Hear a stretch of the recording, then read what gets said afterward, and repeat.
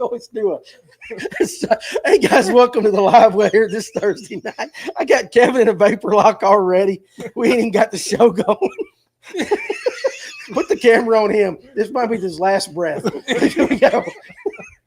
You know, guys, listen. I wish one of these days we got to record what we say before we go live. I don't know if we want that evidence out. Dave is telling dirty jokes. Dave is telling dirty jokes. You know, it's not me. It's not me at all. But hey, we started it off right. We didn't got started in your life. Jump in, Dave. Jump in, Dave. Save us, Dave. Save us. All right, guys. Yeah. All right. Well, guys, again, seriously, welcome to the live well here this Thursday night. We are so glad you guys could join us.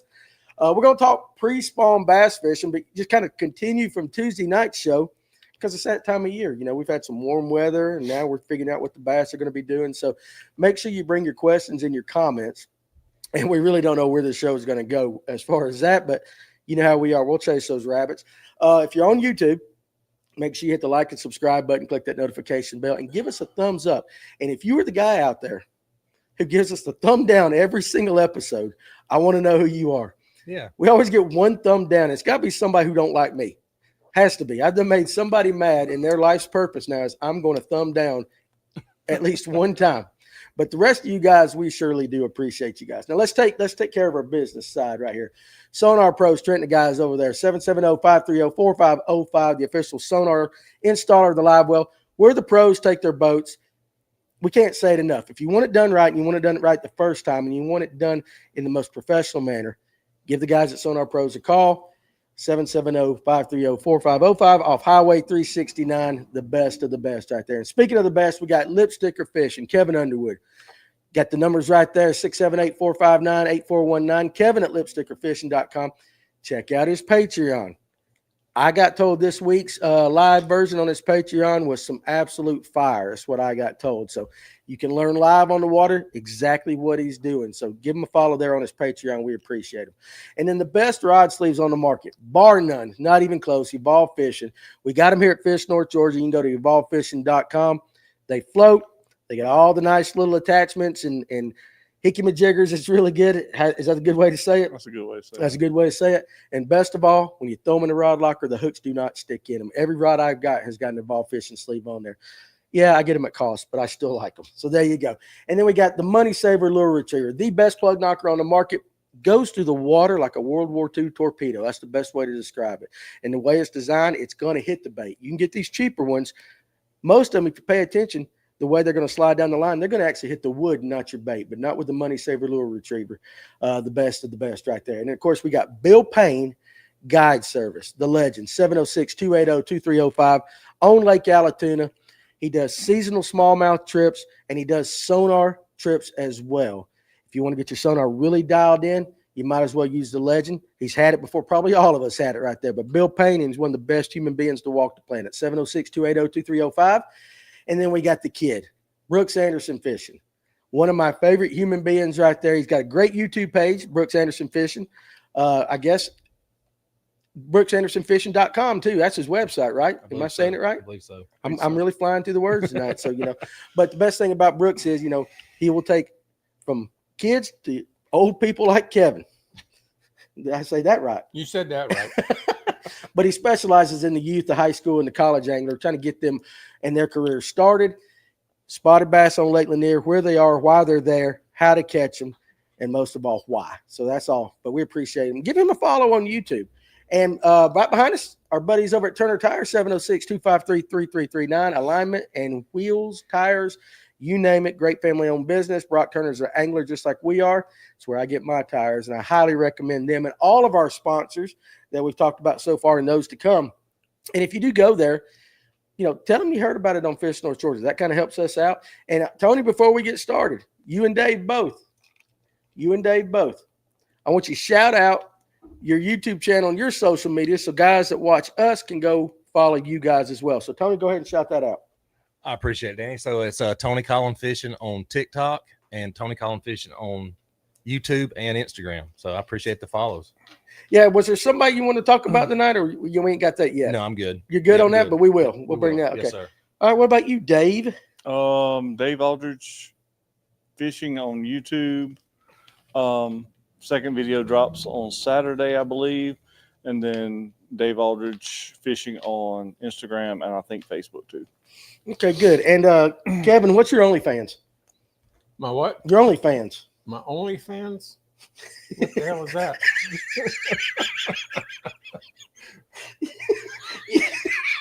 You don't know what OnlyFans is? Hell no, I don't know. What is it? Smart answer in case Miss Terry's watching.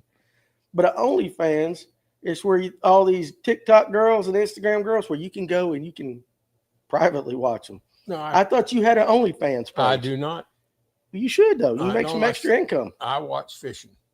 You can fish on your OnlyFans. No, I'm not doing that kind of fishing. You're I'm not trolling, buddy. I'm sorry. not trolling. Well, one of these days, guys, if the demand's high enough, we'll get Kevin to create an OnlyFans right there. So, T-Toms, what's up, everyone? Excited for the Prespawn? That's right. Tony Watkins already vapor locked. That's right. Tyler F. Coleman Jones, he's prepping for Sinclair. Ralph Young's watching from Hartwell. And David Weaver, Georgia Boy 44. Walton Doyle, excited for that 75-degree temp on Saturday. Me too. Me too. Andy Anderson, shout out to Kaz Anderson and Matt O'Connell for making the top 25 cut at MLF on Pickwick today. Good luck tomorrow. Absolutely. And those guys have been on the show and are friends of the show. And did you see Matt O'Connell on his Facebook he was holding up and he was making a face, because the face you make when you have like 22.5 and that gets you 25th place. Wow. They must be hammering them. They're killing them on Pickwick. So absolutely. So Silverpunk, is everyone psyched out about the weather for the weekend? How far up do you think the bass will be? And that's where we're going to start tonight. So Dave, I'll let you start. How far up would the bass be? It's been warm, low 70s. I think when I fished Lanier 2 weeks ago, the water temp was 41, 42 in Bald Ridge Marina. And I've heard reports of up to 51. I think they're going to still be deep, but they're going to be getting close. So I would say anything next to the deepest spot next to a spawning cove would be where I would start. Yeah. Because this is the time of year, and then Ron, who's sitting in Ron Swinford's not in the comments section. He's actually behind us in here, and that's where some of you guys should be. You need to come join us for the show. But this is the time of year when the bass are going up and down, back deep, shallow deep, shallow deep. What about you, Kevin? They're just chasing the bait. I think when that water temperature gets around 50 degrees, they'll start moving up. Yeah, so they Coming should up be from doing their it. deep water haunts up to the shallow to feed. And it's going to warm up, like you said. When it does, it's going to be lights out. But the bad thing about it is they can be up there. We still got to catch them, because I'm still hearing it's tough on Lanier right now still. It is. It's got to start at some point. It'll get better. But like I said, we always tend to get, when you pull out there and it's 70 degrees, you think they ought to be shallow, but it takes them a little while. Yeah. The length of days are getting longer. Mm-hmm. But they're fixing to start making that move if the warm weather continues. Now, if we get hit with another cold front, they'll slide right back. Well, off. see, I thought next week was supposed to be a lot colder, but now they've moderated the temps up. So Yeah, it's moved up. it's not going to be anything. Right. Tony, Kiwi guy over there. I mean, what about you? Well, I don't fish kiwi, but And what? We. yeah, we. Weedawy. Weedawy. I knew Weedawy. I knew it was one of them daggum funky names. It's been a couple of weeks since I've been out there. The last time I was out there, it was super tough. I mean, Yeah. for us. But I say it was super tough, and then the guy brings in 30 pounds. So I mean, it was Well, a bad bite For us common men, it was tough right there. They should But be feeding up. they better, because I got a tournament on Lanier Saturday. They're Listen, feeding up at Gunnersville. I mean, They should be it took feeding up. 20. I just looked it up. 26.68, I think, to win the trap tournament, and it was straight rattle trap, hammer trap, no crankbait, no no minnows, no nothing. Rattle trap on. Rattle trap only. well, Wow. Tuesday night, Baron Adams was talking about he throws it. He throws a crankbait and a jerkbait, but one of the things that he throws is a trap. And what was interesting is he throws red all year long. I thought that was one of the more interesting things that got said the other night. I was like, really? Let's see. Far Dog, that fresh Gulf beer. He had one up above that. Go up above Silver Punk. Sorry about that. No, it wasn't it. No, I just saw beer. That fresh Gulf beer, battered shrimp hit the spot tonight. So he must have tried some food from a comment section right there. Ryan Harper, did I ever hear back about the crappie earlier? Actually, what I got told was deep water docks with brush sitting in about 25, 30 feet. We're loaded with crappie right now on Lanier. That's what I heard. I have not experienced that. I did not go. But not a bad place to start. So if you can find some deep water brush around some deep docks right there, War Eagle's the best. Big girls' time is coming. That's right. William Starr, what's up, fam? Water temp was 50 degrees on Lanier today. So it's right there. It's right there. And he's mixing Bud Light and then the Michelob Ultra prickly pears tonight. Ugh.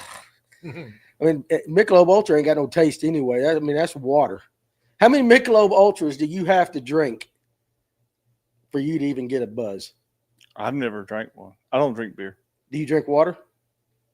Yeah. How many waters do you have to drink to get a buzz? No, I eat ice. So yeah. So, but anyway, so Hartwell was 51 today. Oh, Buddy is sitting 13th on Pickwick. Buddy Benson was on the show probably several months ago. He's the one I coached in football when he was young. He's a hell of an angler too, so that's awesome. We got guys representing all over the place like that. Will any of you be at Noe in Cartersville next week? And I'm glad you said that because I talked to Mr. Noe today and he wanted me to give a shout out. So you got the Noe Outdoors Fishing Expo. That's in Cartersville, Georgia, next weekend, the 14th through the 16th at the Clarence Brown Conference Center. And I will say, as far as expos go in North Georgia, it's probably the biggest fishing one out there. It gets pretty crowded over there, and there's a lot of good vendors and everything. A lot of good. I don't know. Are they doing a tournament this year with that? Has anybody heard? Yeah, they do have their tournament. So it's a good time. There's a lot. He always, and I didn't ask him. They always seem to do some giveaways, and you're going to see a lot of people. I think it's the first 200 people getting fishing gear, if I'm not mistaken. Fishing gear. He posted something on social media this morning. I believe it's the first 200 people. I just don't know what days. Exactly. Okay. Any of you guys going? I'm going. Kevin's going? I'll be there. You'll be there? I'm not going. And I imagine Tony will go, or Tim rather. Tony said he was going. Tim will go. I don't know yet. We'll see. I might go. But if we do see you guys, you see any of the guys out here that's on the show, go up, say hey to them. And they're representing us as well. So we would appreciate you talking to them. So, Kevin, good to see you, sir. It's 50-degree water, and my home lake is chocolate milk and 20-foot high. Good Lord. That sounds like Carter's. What lake is that, Far Dog? Fred Ashcraft. Ask Dave, what does he like about Falcon rods over other rods? Looking to swap rods. Well, we'll talk to you here in the next 30 minutes. Go ahead. Take the show away, Dave. There are a couple of things. Number one, they have a little bit bigger eye than a lot of the rod companies. A lot of them have gone to the micro eyes. And I throw braid to fluoro on top waters. I throw braid to fluoro if I need to really up, like I'm fishing, big laydowns or something. It'll actually go through the eyes. The other thing is I've only broken 3 in 20 something years. All 3 were my fault because I slacklined or high stick something. I literally cut the little blank out where it has the writing on it. I send it into Falcon, and for $20, they sent me another rod. It's hard to beat that kind of warranty. Because a lot of them are more expensive now. Yeah, and now they have it now where I think they just put something out a week or two ago. You do online registration, so you don't even have to keep your receipts. It's super easy. The online registration is really easy. Yeah, it's like a few clicks, and you got your rod registered, and they got it for you. But now let me ask you an important question. Mm-hmm. If I drop one off the side of my boat, will they warranty it? Probably not. We hear that I was telling you about that? Oh, yeah. Great guy, but no, I need a rod. Walton Doyle says they'll be there with Westbrook Supply Co. Yeah, Surf Dad, I see your comment. I might get in trouble if I say that, but they're all the same. I don't drink like beer if I drink it, if I can help it. So they're giving away a rod each hour. So there you go. And David Weaver is going. So maybe we will see you guys out there. I don't make no promises because my wife always has a honey-do list. Got to take care of the balls first. We know how it works out there. So Michael Brooks, what is the best water temperature range for throwing a blade bait? And I think that would be lake dependent. No. Yeah, I was going to say really cold. It's cold. Cold, yeah. Yeah, it's got to be cold. I heard Ron say 30s in the background, so that's what I was sitting there thinking. Almost like frozen cold. Wintertime ditch temperatures, 40s. Once it starts to get about 52, I'll start looking a little more shallow. Yeah. But I'd say in the 40s for sure, up into about 52, 53. So I know that's a very cold. Anytime you throw a rattle trap. You would throw a blade bait anytime and anywhere you can throw a rattle trap. Throw it just like a rattle trap to begin with. You can, But is it as effective as a rattle trap? Have you fished it like that? Yeah. Have you had success? Yeah. I own a bunch of blade baits. Do tell. Yes. What's your favorite blade bait? Oh, by name, I couldn't tell you. By name, I just know the baits. What I throw. I'll throw a blade bait anytime, just about. Really? Yo-yo on it. Yeah, sure do. So you cast it out, let it go to the bottom, Let it go pop it bottom, up a few pop it up. times, and not slack line it a little bit, just on like a Just let it semi-slack drop line. back down and pop it up again. It's like a silent trap. I guess so. Well, Right you don't there. see many traps that are silent anyway. You have to really look for those. Yeah. Okay. Well, that's good. I didn't know that. Pine Creek Lake, Oklahoma. And my other lake is Broken Bow Lake. That's Far Dog over there in Oklahoma. So I hate that they're flooded and 20 foot up. That's crazy. Surf Dad said, no, he is very decent. The tournament isn't bad either. Not bad for the Lanier stepchild. I understand.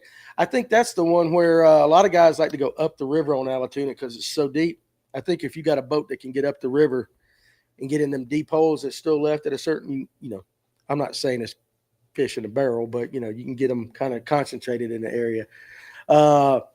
Let's see where we are at there. Guys, what are you throwing first thing in the morning before sunrise?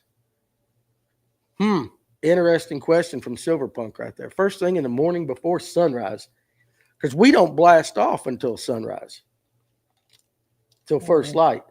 So if you were going right now, would you throw a crankbait? Something On Lanier, crankbait I'd start cranking. first thing in the morning before sunrise. Mm-hmm. What about you, Kevin? Crankbait or spinnerbait? Big Colorado blade spinnerbait, kind of like, or just regular? I'm throwing a willow collar. Really? Yeah. Which would you rather do? Crankbait first. Crankbait first. Jeremiah Giles. Ain't seen you in a while there, dog. Only thing with the blade bait is the bass eat it, but so does everything else in the lake. That's true. That's true. You got to go through a bunch of different species of fish. But hey, if you're catching something, it's all good. Jonah. My buddy caught a white crappie in a spot on the paddle tail today at Tuna. Now that is thing. Listen, I know on a lot of the electric only lakes, guys will take this time of year, the crappie are bunching up and they're still about 25, 30 foot deep, but they're in schools. They'll throw a 2.8 contact on an underspin and come right through it and catch some good crappie this time of year. Probably bigger than average doing that. I mean, that's what the hell they're chasing, when they are chasing. Aaron Young, Center Hill smallmouth on fire, 30 foot deep on the blade bait, 50-degree water. If they are deep, temp don't matter. And that's a good point. That's a good point. Now, I mean, I know we talk about thermocline in the summertime, but if you got 42-degree water temp, say right now at the surface, I know it's a little warmer, but let's just say 42. What is it down about 40, 30 feet? Is it the same? Does it kind of have an equilibrium as it goes down, or is it a little warmer down there? I don't know. That's a good I don't question. either, but they're comfortable. That's why they're down there. Yeah. True. But, you're talking about that blade bait. That is not something I thought we'd be talking about tonight because we're talking pre-spawn. But I also didn't think Kevin would say I throw it all the time too. So a lot of guys don't talk about it. Trap, I'll throw a blade bait. Okay. But I only throw the rattle trap during the cold months. Oh, really? Yeah. Well, so when when we fished, we didn't throw it. Drew. No, we didn't throw it. No, not Drew. Oh, good Lord. My buddy that was on the other night. Barron. I want to say Braden, and that's what my brain was saying. I'm like, I know it's not Braden. Barron was talking about throwing a trap all year long. And he yo-yos it. I do too. I throw it in the pre-spawn from like December to about March, especially like on Gunnersville. And then I'll throw it up there in the fall when they get on that small bait and they start schooling like a little translucent trap. Mm-hmm. They love it up there. Yeah. About May when I quit. Surf Dad, this show has gotten so good over the last several years. Dang, thanks for all the info, guys. We try. We appreciate it. And I tell you, I mean, you guys bring the information as much as we do. So that's the cool thing about it is we see some of your guys' comments and it's like, I didn't think about that. So you guys keep it. He's got other questions. Let's go. Let's talk though, like, let's say Saturday. Okay, I'm being selfish right here. All right. We're going out of Young Deer Park on Lanier, south end of the lake. Water temps are probably going to be around 50, maybe once the sun gets up. It might drop a little bit at night, but it's supposed to have some not warm nights, but warmer. We're not dropping down any freezing temperatures. Yeah. Little rain coming in and out and all that. What would you start off with? Would it be the crankbait? I'd probably start with a crankbait. And what would you be targeting? any deep areas next to where I feel like they'd pull up are getting ready to push up to spawn. So if you got a 30, 45 degree bank, they love spawning on that. We all know that. 20 degree, not a whole real big steep taper, but the deepest stuff next to that with big rock on is where I would start. Yeah, that makes sense. Just if fish have pushed up, they're going to push up the stage before it gets ready to slide around. And you may catch them on some of that shallower stuff. I have a feeling some of those are probably going to be smaller. So you think the big girls will be a little deeper? I think they're going to be a little deeper. It seems like they sit out deep, and then they, when it's right, they push up. So I'm going to focus on that bigger stuff, and then usually the west side of the lake. Because it gets the sun first? It gets the sun first. So what you're telling me is sunny side first, crankbait. What crankbait you throwing? And particularly what color? You love a rock crawler. I do love a rock crawler. Some red rock crawler, whatever their colors are, and then a DT8 and dark brown crawl. That would be your choice. I've caught most of my fish on Lanier on a crankbait on dark brown crawl in spring. Makes sense. All right, Kevin. Years of experience. Tell me here. It'd be a red spro probably, and also a shad color. I'd have both of them. I'd be looking at points, and I'd also be looking at the rock banks, any type of structure in the water too. Where some brush piles are or something like that. I'd be looking at those. Would you crank those though? Yeah, I jerkbait them too. Yeah, that was going to be my next thing, because like when he was on the other night, he was talking about wintertime right now, cranking and jerking. Well, and then it was down about what, 11, 12 feet right now? No, it's not that far down. You sure? I don't think Lanier's down. For guys in the comment section, how far down is Lanier? Lanier's down that far? Oh, I think it is. I'm not sure. Well, it tells you what I know. Let's see. Let's go. Okay, Silver Punk. Oh, pull up Brad Silver's comment right above that one. I do know that underground springs hold at 50. That is a very good point. If you know, Brad, do you know where any are on Lanier, specifically in the Young Deer area? Let me know if you do. Oh, it's not down. It's down 2 feet, I think. 2 feet. Yeah, I didn't think. Now, Alatuna's still down. Alatuna's down 11 and a half. Yeah. Now, I do know that Danny's digging for the juice. Yes, sir, I am. Listen, I learn as much as you guys do when we're doing this. This show is for selfish reasons. Y'all just think I like you. I'm just kidding. I'm kidding. Tony, what about you? What are you going to do? Whether it be Lanier or Kiwi or whatever the hell it is you fish? Here lately, we've started out with a DT6, DT8 near the bank. I mean, we've been cranking up some decent fish doing that. Last time I did decent in, I was actually using a jackhammer in 25 foot of water, jigging it, and that's what they would hit. Damn, why did you have to throw a monkey wrench in all this now? Now we're going to talk about jackhammers in 25 foot of water. Don't do what I say do, that's for sure. I saw it. 3/4 ounce or what? A half ounce. Half ounce. Yep. Damn, you was waiting for it to go down there a little bit then, wasn't you? Believe it or not, it to me that half ounce zooms to the bottom. Really? Yeah, I feel like it. I feel like it's down there pretty quick. Okay, well, that's interesting right there. But Brad Silver says, he asked, when you say crankbait, what depth are you using? So I use, which one of the rock crawlers goes 9 to 14? Is that the 50 or the 55? I don't know. That's 55. The one I throw. 55 goes deeper. Yeah. The bigger one. Yep. Slightly bigger one. Okay, that's the one I throw. I always get them backwards. I want whatever I'm throwing, it's hitting bottom. Yeah, and that's the one I like to use. I like to get it down there and dig as best I can.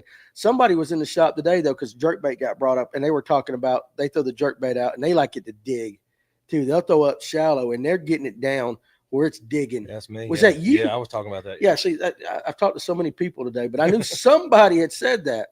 Why do you do that? I mean, it's no different than a crankbait. I feel like, I mean, you're getting that reaction, that, bouncing off of stuff. I mean, I've just had really good luck in shallower water hitting and just digging in with it. It just works great. I'm going to start being like NASCAR. I watched Joey Logano the other night. He was sitting there before the show talking about them. He had that Coke hill just like that with that name right there the whole time. There you go. And then he would do a, on cue almost. You take a sip, Yeah, guys, we were running really good tonight, the whatever the hell car it is. Maybe Coca-Cola will call you tomorrow. I'd love a Coca-Cola sponsorship. I would love it. I don't know that they would like what we talk about sometimes, but yeah, we'll see one of these days. Crankbait though with you. So like I'm saying I use a rock. So that would that equate to a DT8? No. What okay, so what Rapala Rapala. It'd be a 10. the right way. A DT Well, 10 is more 10 like to that. 14. No, 14, yeah. So DT is supposed to be down to 8. Right. But I think if you throw it on a little smaller line, you I can get can it down below that. I can get a 8 down to 10 on 12-pound mono. Yeah. So whatever it is, I can get it 2 foot deep. Why mono? I want that stretch. I don't want to pull it away from them. They a lot of times they run up and get it, and especially in the spots they get to pulling and fighting, and they keep it plenty tight. Yeah, I like that. What was you saying there, Kevin, about that? Nothing about that. I was just saying he's cranking pretty hard, I would imagine, though, to get an 8 foot down to a 10 foot. Yeah, you got to make a pretty long cast too. Oh yeah, we're throwing it ways. Or I'm parallel. A lot of times I'll parallel the bank. I'll get in there, put the boat up in nothing, and I'm making long parallel casts, and I can just keep it down there and keep it grinding. Yeah, most of them, you're fishing by yourself when you do that, right? Because like, Yeah. I got a partner this weekend. I can't. Now, I want him to catch fish too. Both of you can't get on the nose of the boat? Not mine, because it's an older 17.5 foot Triton. It's almost like what's that one Bass Pro Shop puts out? Tracker. So it's a tracker boat. So it's a little thinner, and then hell, we got rods stowed everywhere. It looks like a hurricane went off in the thing. But yeah, I'm digging for the juice. Doc Holiday, what's going on, bud? Let's see. Far Dog. Them Tennessee girls and Yukon girls are getting at each other. And old sons in Tennessee head coach is a smoke show. Yeah, she's Miss Pruitt, you're the sexiest one out there, but she's kind of cute. The Jerkbait Dragon bottom is like a crankbait, just different body size. Yeah, I get it, but and you also got to do a different kind of a cadence too. Yeah. Right? Because I mean, you're not just jerk, jerk, jerk, jerk, jerk, jerk, not like we are with the crankbait, just digging. Well, the crankbait for me, you get the straight line crankbait. With the jerkbait, if you're doing it the same way, once it lets loose at the bottom, it's going a totally different direction. You get that erratic, and to me, that makes a difference with it. Yeah, that makes it. That makes sense. How much of a pause, like when you're jerking, especially pre-spawn, if you're working that jerkbait down, you get it down digging in the rocks a little bit, and then you pause it to let it come back up a little bit. How long do you give before you start your cadence again? It just depends. Obviously, you got to figure out the cadence they want, but I'm gonna pause it once I feel it hit the bottom. Pause it just enough to let go, and then I'm back into it again. So you're not letting it come up 2-3 feet. You're just digging. No, I'm using a slow sink jerkbait anyway, so I'm just trying to get that action. Once it lets go to the bottom, I pop it again just to get that more action out of it. Okay, I like that. Daniel, Pauline, I hope I said that right. Any suggestions for a guy trying to learn the north above Browns Bridge section of Lanier? I've done okay down south in the ditches. Now, Browns Bridge, that's 369, right? Yeah. Okay, so that to me gets into mid-lake, and then you got to give above the 53 bridge and up to Chestatee is what I would consider north. So you almost can fish that mid-lake section kind of both ways.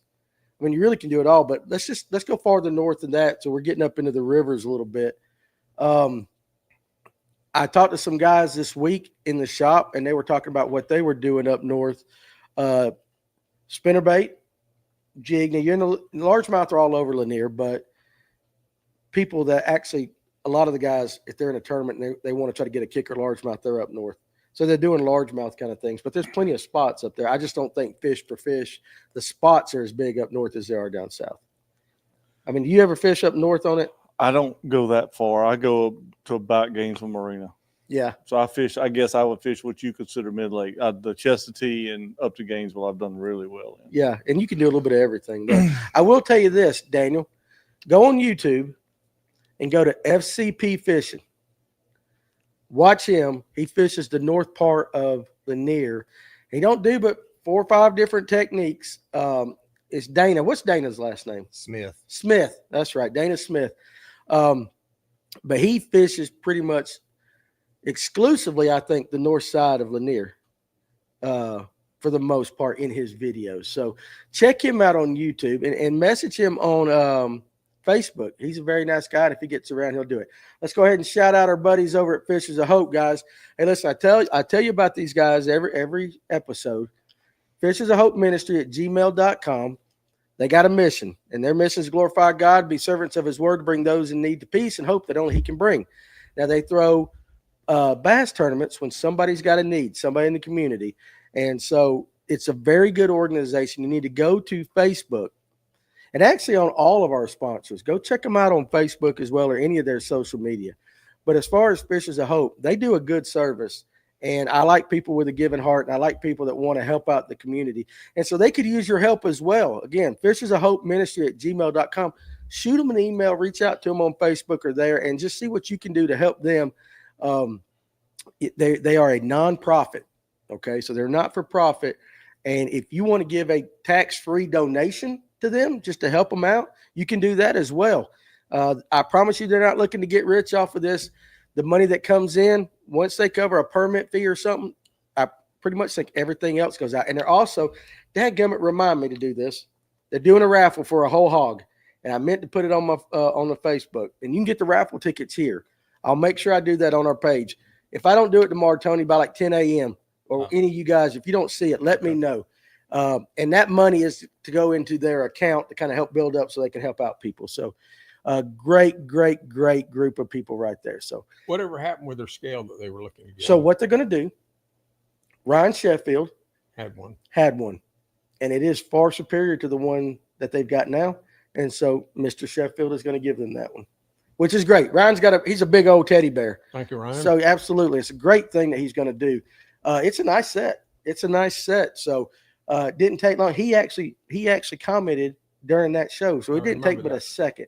That's the best thing about the people that we got that follow us on all of our socials and all that. When there is a need or a cause, somebody out there will step up every single time. Let's see here.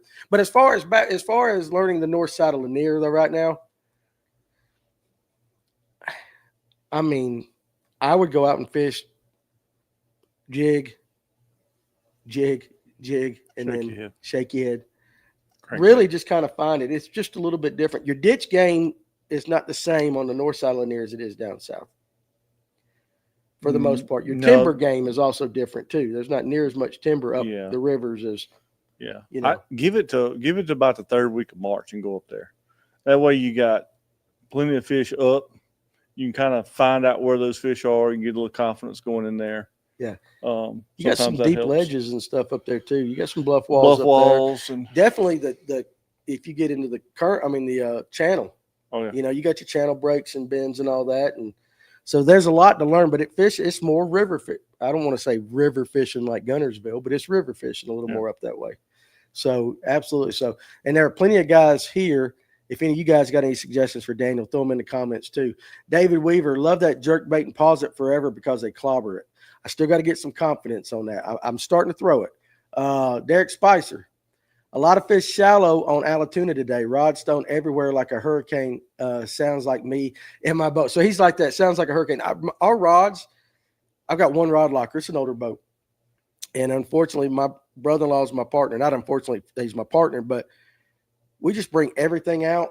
And then I hate to say it, though, it takes us 30 minutes to clean our boat after a tournament. It does. Down in the lower section, just trash, dip cans, cigarettes, rods, old baits. You name it. I'm not you, Kevin. I'm not as organized as you, but you're great. Your boat is the nicest, cleanest boat I've ever been on. When you get old, you take care of stuff, I guess. Yeah, I need to learn it. I do. I need to be that way. Shop life. Good question right here. Can you explain the pre-spawn spawn pattern where they say to find north-facing pockets? Water warms up faster because the sun's coming out of the south. Yeah, that's the easiest way to explain it. It just gets more sun. It gets more sun and it warms faster. And then you don't have that north wind pushing that colder water up in there. Okay, so for pre-spawn, like right now, which one of you guys? You mentioned the sunny bank first. So if you got a north-facing pocket that's getting that sun, I want the deepest spot next to that. The deepest spot next to that. Right now for the pre-spawn, because they're deep, shallow. Right. And then I imagine, though, if they're going to spawn, you would love to have a north-facing pocket that has a flat in it or some flat where they can move up to spawn. Just that taper that goes about, I'm going to say 30 degrees-ish. Yeah. If you got sand and clay and pea gravel on something, that's usually where they go. That's where I found they go. Yeah. On Lanier, anyway. And spots will spawn deeper than largemouth. Yes. Yeah, they'll spawn out 15 foot, if not deeper in places, which is what water clarity. Yeah. Which is kind of what Barron said the other night, which is funny because everybody talks about bedfish. Like it's terrible during a tournament, terrible to bed fish. And you know what they got the visual of a largemouth sitting up there in 2 foot of water. But actually most of those spots you're catching throwing shallow, they're bedding. And nobody talks about that because you're really not seeing it and visually throwing at it. But a spot too will take off. You throw 10 foot from a spot bed, and if it's in there, it'll go hit it. It'll go hit it. So a lot of people are actually catching bedding fish without knowing they're catching bedding fish. Right. And so it's all They're about not sight fishing. They're not sight fishing, and it's all about the perspective of Well, it. you look at it too, the walkways, the dock walkway, that's Mhm. where you're going to catch most of your bedding fish anyway. And that's a shallow area there, 2 to 3 feet. Yeah. And I think kind of similar to what you're talking about is, you know, I hear a lot of guys talk about deep water docks that have access. So, you know, if they go up to bed or if they're moving up, getting ready to spawn, they're pre-spawning, whatever, and we get like a wicked cold front that comes in, they can just go right back down deep, but they're still in that area. Right. They're not leaving that area. So, you know, it's pretty interesting. Far Dog, I've perfected a new lure. I'm taking a weighted wacky worm hook and hooking a 4-inch Yum sonar shad backwards. I'm telling you, I'm onto something. So let's visualize this. You got the wacky hook on the bottom. So the head, if I think what he's got going, the head of the minnow is sticking up. Like it's almost like the tail. Does that sound like what he's saying right there? If he's hooking it backwards? What it sounds like. Mm-hmm. Interesting right there. Hey, let us know if it works. You might be onto something. Surf Dad, thanks for all the info tonight. Great show. Hope to see some of you experts at Noe next week. Who the hell is he calling expert? What shows you? I don't know. Listen, that's the thing, guys. We're just like you. We're not experts. We listen and learn and try to absorb it. We have fun talking about it, but expert we are not. Which is funny too. Y'all have no idea how many messages or emails I get asking me for information, and I'm like, let me tell you who you need to talk to. Let me tell you who you need to talk to. We'll put you with the right people. Fred Ashcraft, I put wire strips on the front hook on a jerkbait to keep the nose down to hit the bottom and the rocks faster. Yep. Do you guys do that? Or do you use any of the dots? I mean, I don't, but you do? Mm-hmm. You use the wire around the hooks? I'll take like a little bit of those strips and I'll put them on the hooks. The thing about a jerkbait, and I learned this actually fishing with Dustin Connell. The one thing where I like to fish a jerkbait the most is a lay down. It doesn't get, you think it would get hung up. It doesn't. It comes so nose down first. You can walk it through a lay down. It was the craziest thing I've ever seen. If there's a way to get something hooked, I'm going to find out. You will. Yes, you will. So, But it will work through a lay down. Am I wrong? oh no, it works great. See, I've seen Jonathan Farmer. I've been fishing with him, and there'll be as O'Neill Williams says, a blowdown, and he will chunk that thing Up in the middle of it.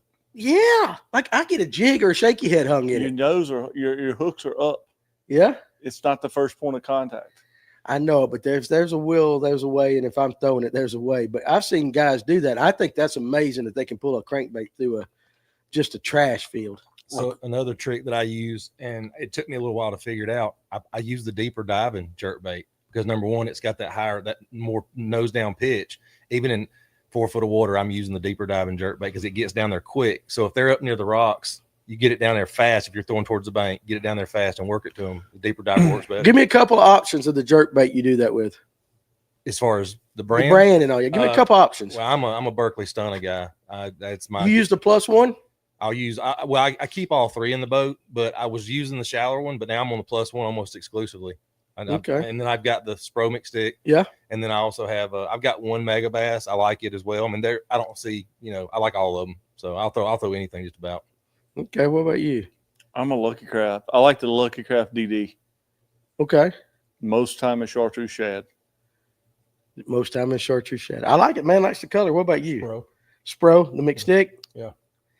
I'm just going to tell you guys, watch something coming from Spro. I can't say it yet, but there is a new one coming here in a couple of weeks that if you like the mixed stick, you're going to love this one right there. So, Grant Asaski, what's up, dog?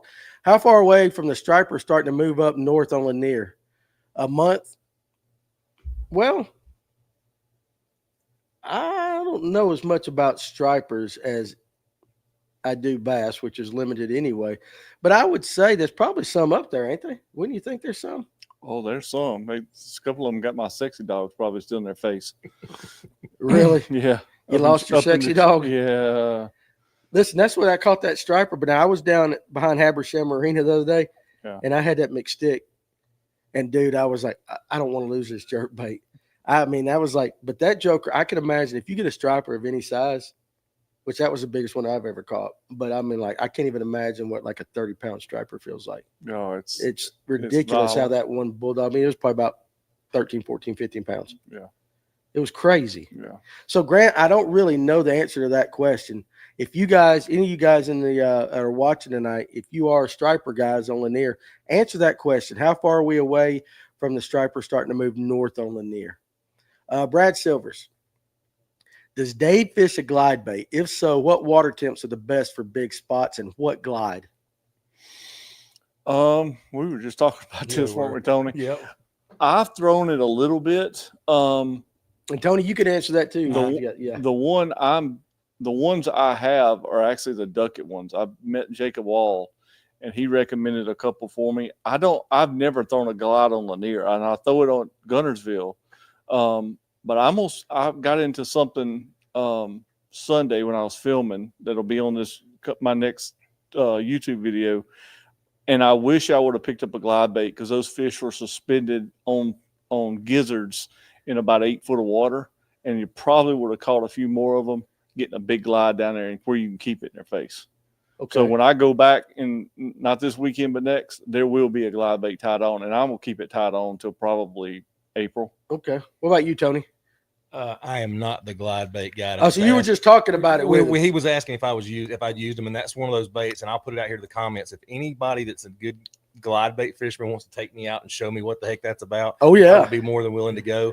I recommend they go back and watch the Mike Buka episode we had. Yeah, and it gives you a lot of insight into how he thinks about it fishing it, because I'm lost. He thinks differently about it than a lot of guys do. He opened my eyes to a lot of stuff on it. Yeah, absolutely. That was a good episode. Tony Watkins, we thank you for all the support. That's Fishes of Hope. Absolutely, dude. And you know what? You're a good person. I enjoy when you come down the shop, talk to me. Trip Gwynn, appreciate you joining us tonight. PBC High School Trail leaving out of Laurel Park Saturday. Woo! Really? I'm glad I'm down at Young Deer. Hey, listen, let me go ahead and tell you, Trip. If you pull into Young Deer, there's going to be about 20 electric rigs on every point. So you might want to just take Young Deer, and you're either going to have to come and bang somebody out of the way, or you might just want to avoid that area. But you guys, first of all, you high school guys, be safe going down through there. And I hope you guys do better than I've been doing. And I hope I do better than I've been doing. So, but if you're fishing Lanier, and you're fishing up there, especially you kayakers, if you decide you're just going to put just a little south of Laurel, hey, I'm just going to jump in here and then about 250 bass boats come flying by. I wonder how big that is. Them high school tournaments are big. How many Trip do you know if going to be fishing that this Saturday? And eventually we'll get down to the comment. Jeremiah says big swim baits during the pre-spawn trophy hunt is one of the best ways to fish. Only certain baits, though, they tend to be seasonal. That is true. A lot of guys will start pulling them out this time of year, and you might not get the numbers, but what you get on it is quality. Well, yeah.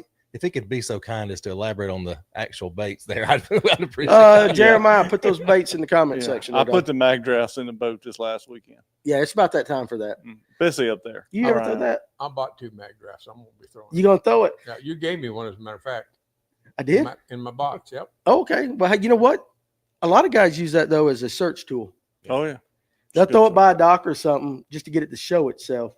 And then they'll turn around and pitch a jig or a wacky worm or something in there. So, but Derek Spicer says he couldn't get a jig bite today. Dude, you ain't alone. You're not alone. It's really kind of messed up. Troy Mims caught them at Hartwell Saturday with a shaky head. See, that was something last Saturday or Saturday before that I couldn't figure out. I get not being able to hit them certain ways, but generally on Lanier, if I need a bite, I'm in a peckerhead. You put a shaky head on, you're going to get a bite. And a lot of the guys I talked to, they didn't get a shaky head bite at all. Now, hopefully with this warm weather, that bite kicks, because normally it's kind of a little bit warmer in January than what we had. And you can go in Baldridge Marina when we had our first tournament and just one right after the other. You might not have the winning bag, but you're catching fish all day, or at least getting bit all day on a shaky head. Yeah. And that was non-existent. So I'm glad somebody's doing that. Maybe that will bode well for us down here on Lanier. David Weaver. When we fish the north, we wear them out up there on a 3/8 white silver rooster tail. There's some juice right there. And I'll tell you this. everybody should keep a rooster tail on their boat.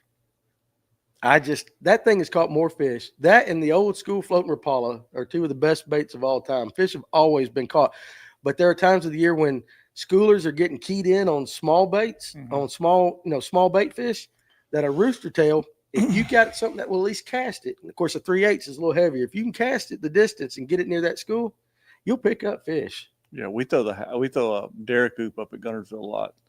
Yeah, especially in the fall. Have you seen the? I don't know what brand makes it, but Walmart of all places used to carry it. And in Dawsonville they had one time, and it was a rooster tail for a muskie. Now, why in the hell Walmart in Dawsonville has a muskie rooster tail, I don't know. But that joker was about 6 inches long. I don't even know what it weighed, but you could spool your reel throwing it. And I bought one thinking some of those big fish over at Latham might pop that thing. I never got bit on it. But you know, you mentioned that I bought some hair jigs that I saw advertised, and it came out of the north somewhere. So I said, yeah, I picked out 3 different colors. And them jokers got to be 8 inches long. Yeah, for sure. And I thought, first of all, like, whoever was running Gunnersville, they'll leave it over whoever's running the sports department at the Walmart in Dawsonville, I don't know why in the hell you ordered a musky rooster tail, but I bought it just thinking, what the hell? You know, I'd try, but no, I didn't get bit on it. It rusted. Let's see. Joey Metcalf. If I was told to put in at Lula Bridge and don't go, blah, blah, blah, blah, blah, blah. Let me start this over again. If I was told to put in at Lula Bridge and don't go below Don Carter, I'd put up my bass gear and target cats. That is, there's some good catfish up there if that's what he's talking about. There's some big bass up there. Absolutely. Is it true that spotted bass's eyes turn red when spawning? Yeah, largemouth too. I wonder why that is.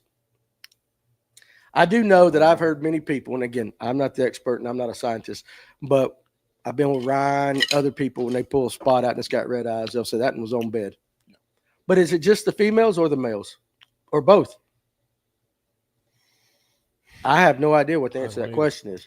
They all seem to be that way. And they're not really red. They're more like a orangey, I guess they call them red, but they're not like red. Yeah, okay. Fred Ashcraft. Is it really tricky recognizing bedfish? It is really tricky recognizing bedfish in tidal fisheries. Tantic water, you have to have 3 lures on deck to really get to them. So I get it in Tantic. Is it Tantic? Tantic? He wrote down what Tantic is. Is that it? Or is it Tantic? Tannic. Yeah. Okay, yeah, I get that. Anybody use the 6 cents Provoke 97? Just grabbed a couple. I'm interested to see how they do. I have not. Have you guys? No. No. So in the comment section, anybody out there that stowed that 6 cents Provoke 97, throw a comment down there for Cody Campbell right there. Atlanta Outdoors, Dana on FCP. It's a good channel like that. He's a cool dude. Jeremiah Giles. Does anyone like the Lucky Craft Pointer 100? Hooks are bad and they never suspend out of the box. They're classic, but I've never heard anyone say it's their favorite jerkbait. The Lucky Craft Pointer 100. Now, you like Lucky Craft. Now you have. That's one of my favorite. And actually, do you change the hooks? I used to not. I do now because I got a hook I like on it. If you take a Lucky Craft, like the DD especially, it really is kind of like the first. It's like a stunner. It'll actually sink. But it's a slow sink. Slow sink. Okay. Tennessee beat UConn. First time in forever. There you go right there. David Weaver, we like to throw a Spro McStick at night for bass and stripers, cast and reel, no jerking. Now, I have heard a lot of people doing that with jerk baits and stuff, just slow kind of reeling it through the water. So I've heard that, and I heard it's pretty good. Brian, the Fisherman Baker, and we were talking about Dana over at FCP, just posted a video a few minutes ago. He caught a nice one, and he fishes the north end. His last few videos, he's caught some stripers up on the north end. So Grant Asaski, there you go. They might be there already. But Dana throws,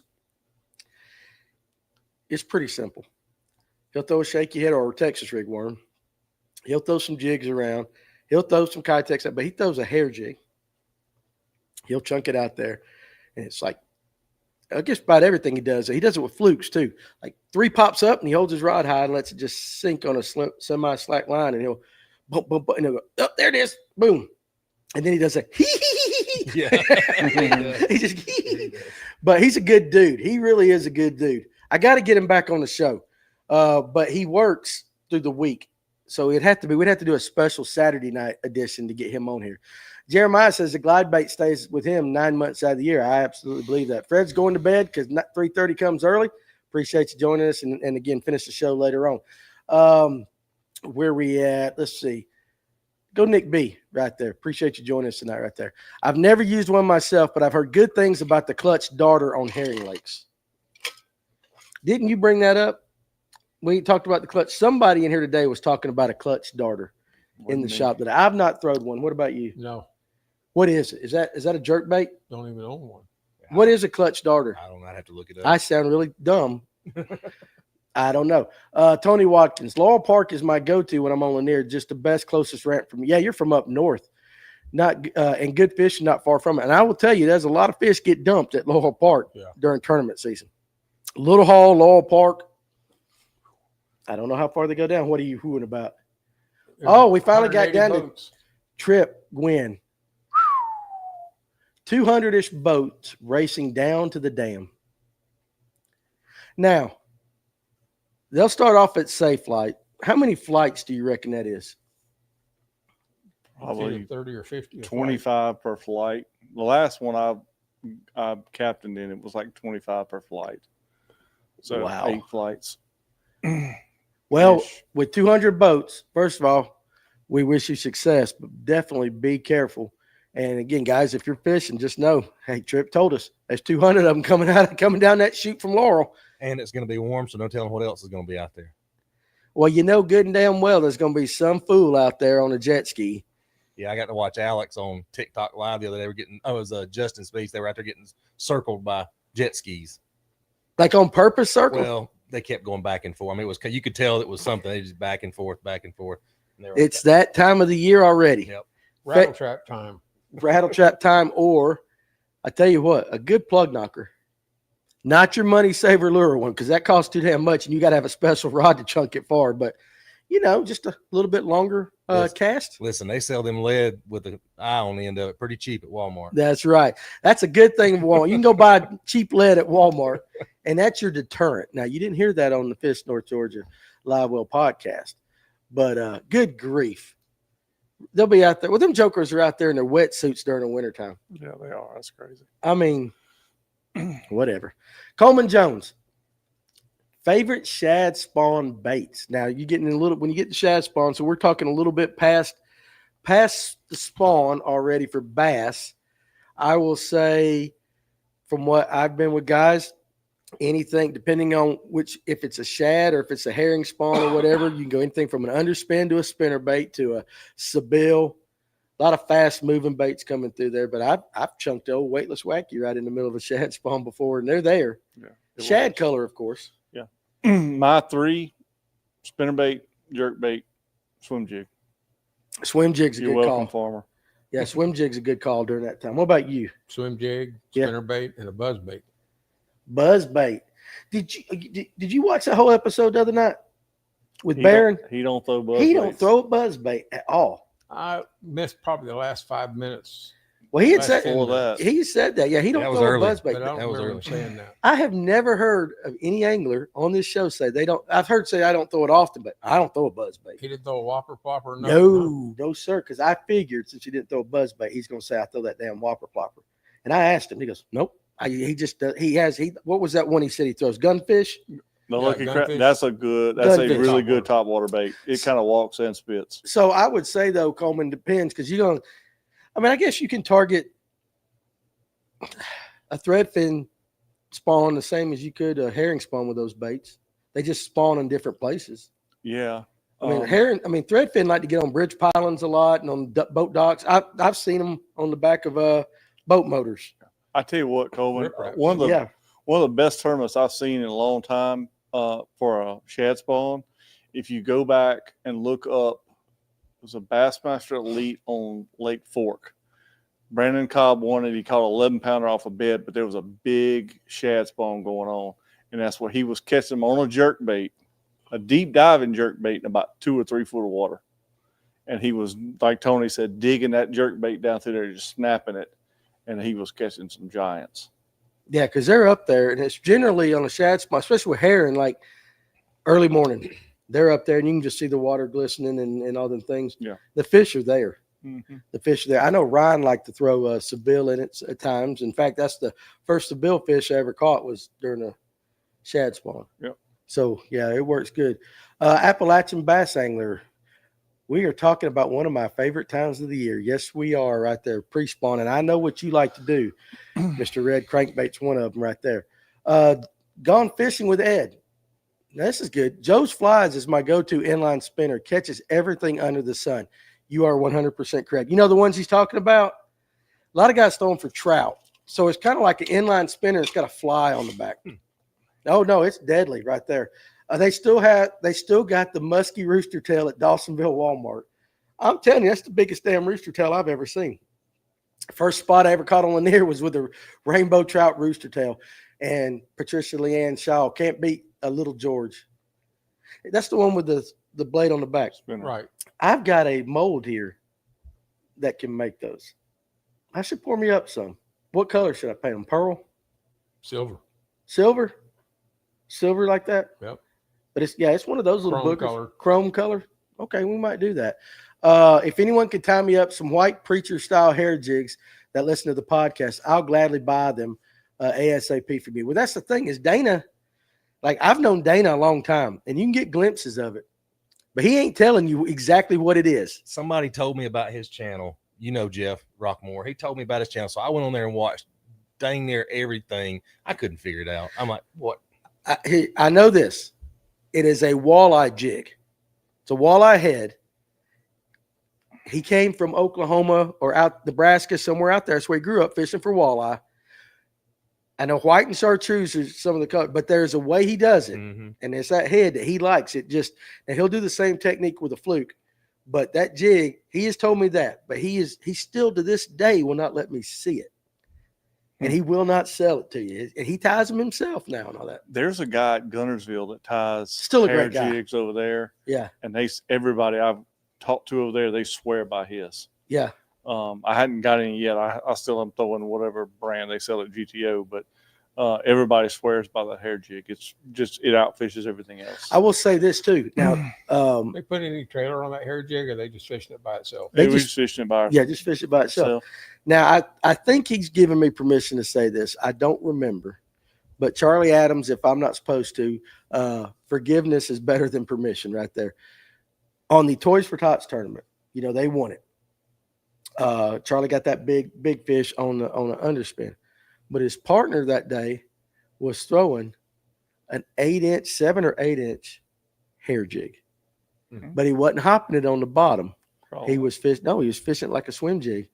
Alabama shake style, kind of down deeper, of course, Yeah. not on top, but he was fishing a big old bucktail or hair jig of some sort like that. And that helped their winning bag. So I thought that was, and it's been a while since we had that tournament, so I can get away with saying that.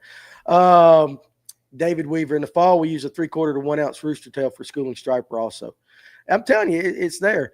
Jonathan Farmer, let's go ahead and pop him up. Those jerkbaits, get ready with your question. It's about that time. Those jerkbaits that have a hard time suspending, I add a bigger hook to the front to make it suspend nose down. Yep. Yeah, so like that. Go ahead and scroll all the way down to the comments. Make sure we didn't question. Who's the next question? So, all right, I think it's Go down. go down a little bit. So we're going to come back to Silver Punk's question. In fact, I'll talk about it while we do the question, while you guys are trying to answer this question. So you're not going to repeat the question or anything, are you? No, sir. Okay. Hell, I done forgot it, but I'll be a good boy now. Now listen, so here's what you're going to get tonight. Well, let's go ahead and pull up our fine sponsor. Let's do that. I almost forgot them the other night. Oh, no. Oh, yeah. Alex got me big time. So Serve IT, guys, if your company is looking for a total complete IT managed service, Serve IT is the company for you. Number one, customer service. Some of the friendliest, most knowledgeable people you've got out there. Number two, a process from start to finish. They cover every aspect of your IT needs. And if you're a smaller company, they specialize in smaller companies. And the best thing about it is, Alan, he's an angler like us. They're just good people. Good. I like to call him country folk, even though he's one of the finest dressed guys we know right there. but the company is professional. I've been down there to their office. It's amazing, the process. They got it on the wall. You can pull up serveit.com and look at it yourself. But if your company, and don't think you might not need this, if they need IT services, Serve IT, definitely. And the good thing about it is 100% U.S. based service. So you're not going to get Pierre over in Pierre, India, huh? Pierre. The hell, they all got American She's names. Bob. Listen. Tom, I know. Hey, Serve IT, they're great people. Let me finish this. If you're looking for a career change, Serve IT is looking for people that's got that can-do attitude, that's good customer service, well-spoken, and you might not have any experience, but go to serveit.com and check out their career section. And we appreciate Alan and them over at Serve IT. But listen, my mortgage company, anytime they call you something, it's Tom or Pierre or Bob, and he's got an Indian accent, and I will not talk to them. And I said, listen, I know your name's not Tom. Tell me your real name, and we'll talk. You don't know how many times I've had them say, well, I cannot tell you. I'm Tom. I'm like, no, you're not, dude. No, you're not. There's no way right there. All right, you ready? I'm ready. Okay, guys, how many answers? 42? 2. All right, 2 answers. Pay attention to the question. Do not put one answer in the comments. You might be helping somebody else out. 2 answers. Pay attention. Go. Oh, for the Fish North Georgia hat. That's what you're going to get tonight. The OG Gray, the original. Very simple question tonight. There was 69 yards in penalties between the Kansas City Chiefs and the Buffalo Bills playoff game. How many flags were thrown on each team? I'll read it one more time. There was 69 yards in penalties between the Kansas City Chiefs and the Buffalo Bills playoff game. How many flags were thrown on each team? I ain't saying shit because I always give it away.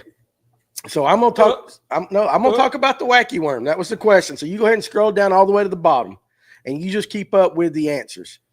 And I'm gonna talk about that. So while you guys are answering, it doesn't matter. The Chiefs cheat. Thank you, David. I agree with you. My wacky worm setup is pretty simple. Okay, I throw it weightless 95% of the time. If I am near docks or near structure, or I'm chunking it over a brush pile and I don't have to make a long cast, I never, ever use an O-ring. I'll use an O-ring if I'm going to bomb it.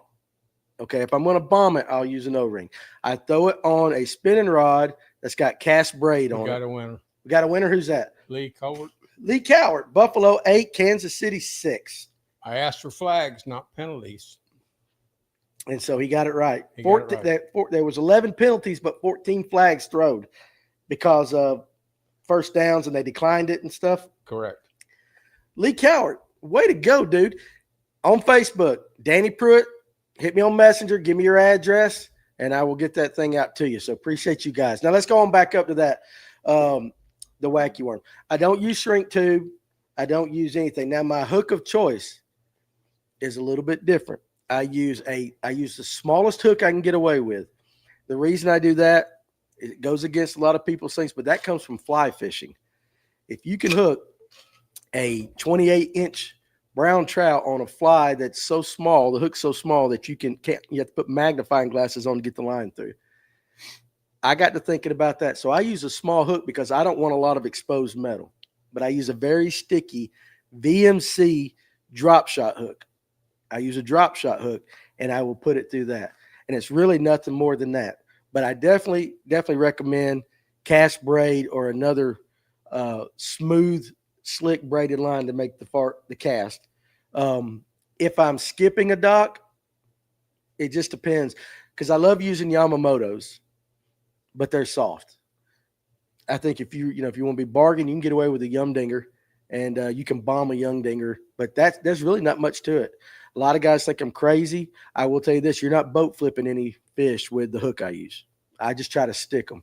So that's it. Now the clutch darter is unbelievable glide bait, Ralph Young says. And then Mark Garrett right above him says, anyone uses smaller finesse size glides, the 4 or 5 inch. I have not jumped into the glide bait game. I got both. You got both. Which do you prefer to throw? I kind of like the big one. You do? Mm-hmm. Why is that? If I'm throwing it, I want to catch a big one. I don't want to fool with the little ones. That makes sense. If I'm up really shallow with it, sometimes I will, just because the big one's so heavy, it'll foul up at Gunnersville in the grass. So that's kind of my rule of thumb. But like I said, I hadn't done it much, but caught a few fish on it. But like I said, my thing is I'm gonna try to start scoping a little bit with it. That makes sense. Georgia Bass Nation, 20 to 25 per flight. They're coming. So 200 boats, so that's 10 flights. 8 to 10 flights. And they'll do that every what? 15 minutes, you got to come back in like that? Mm-hmm.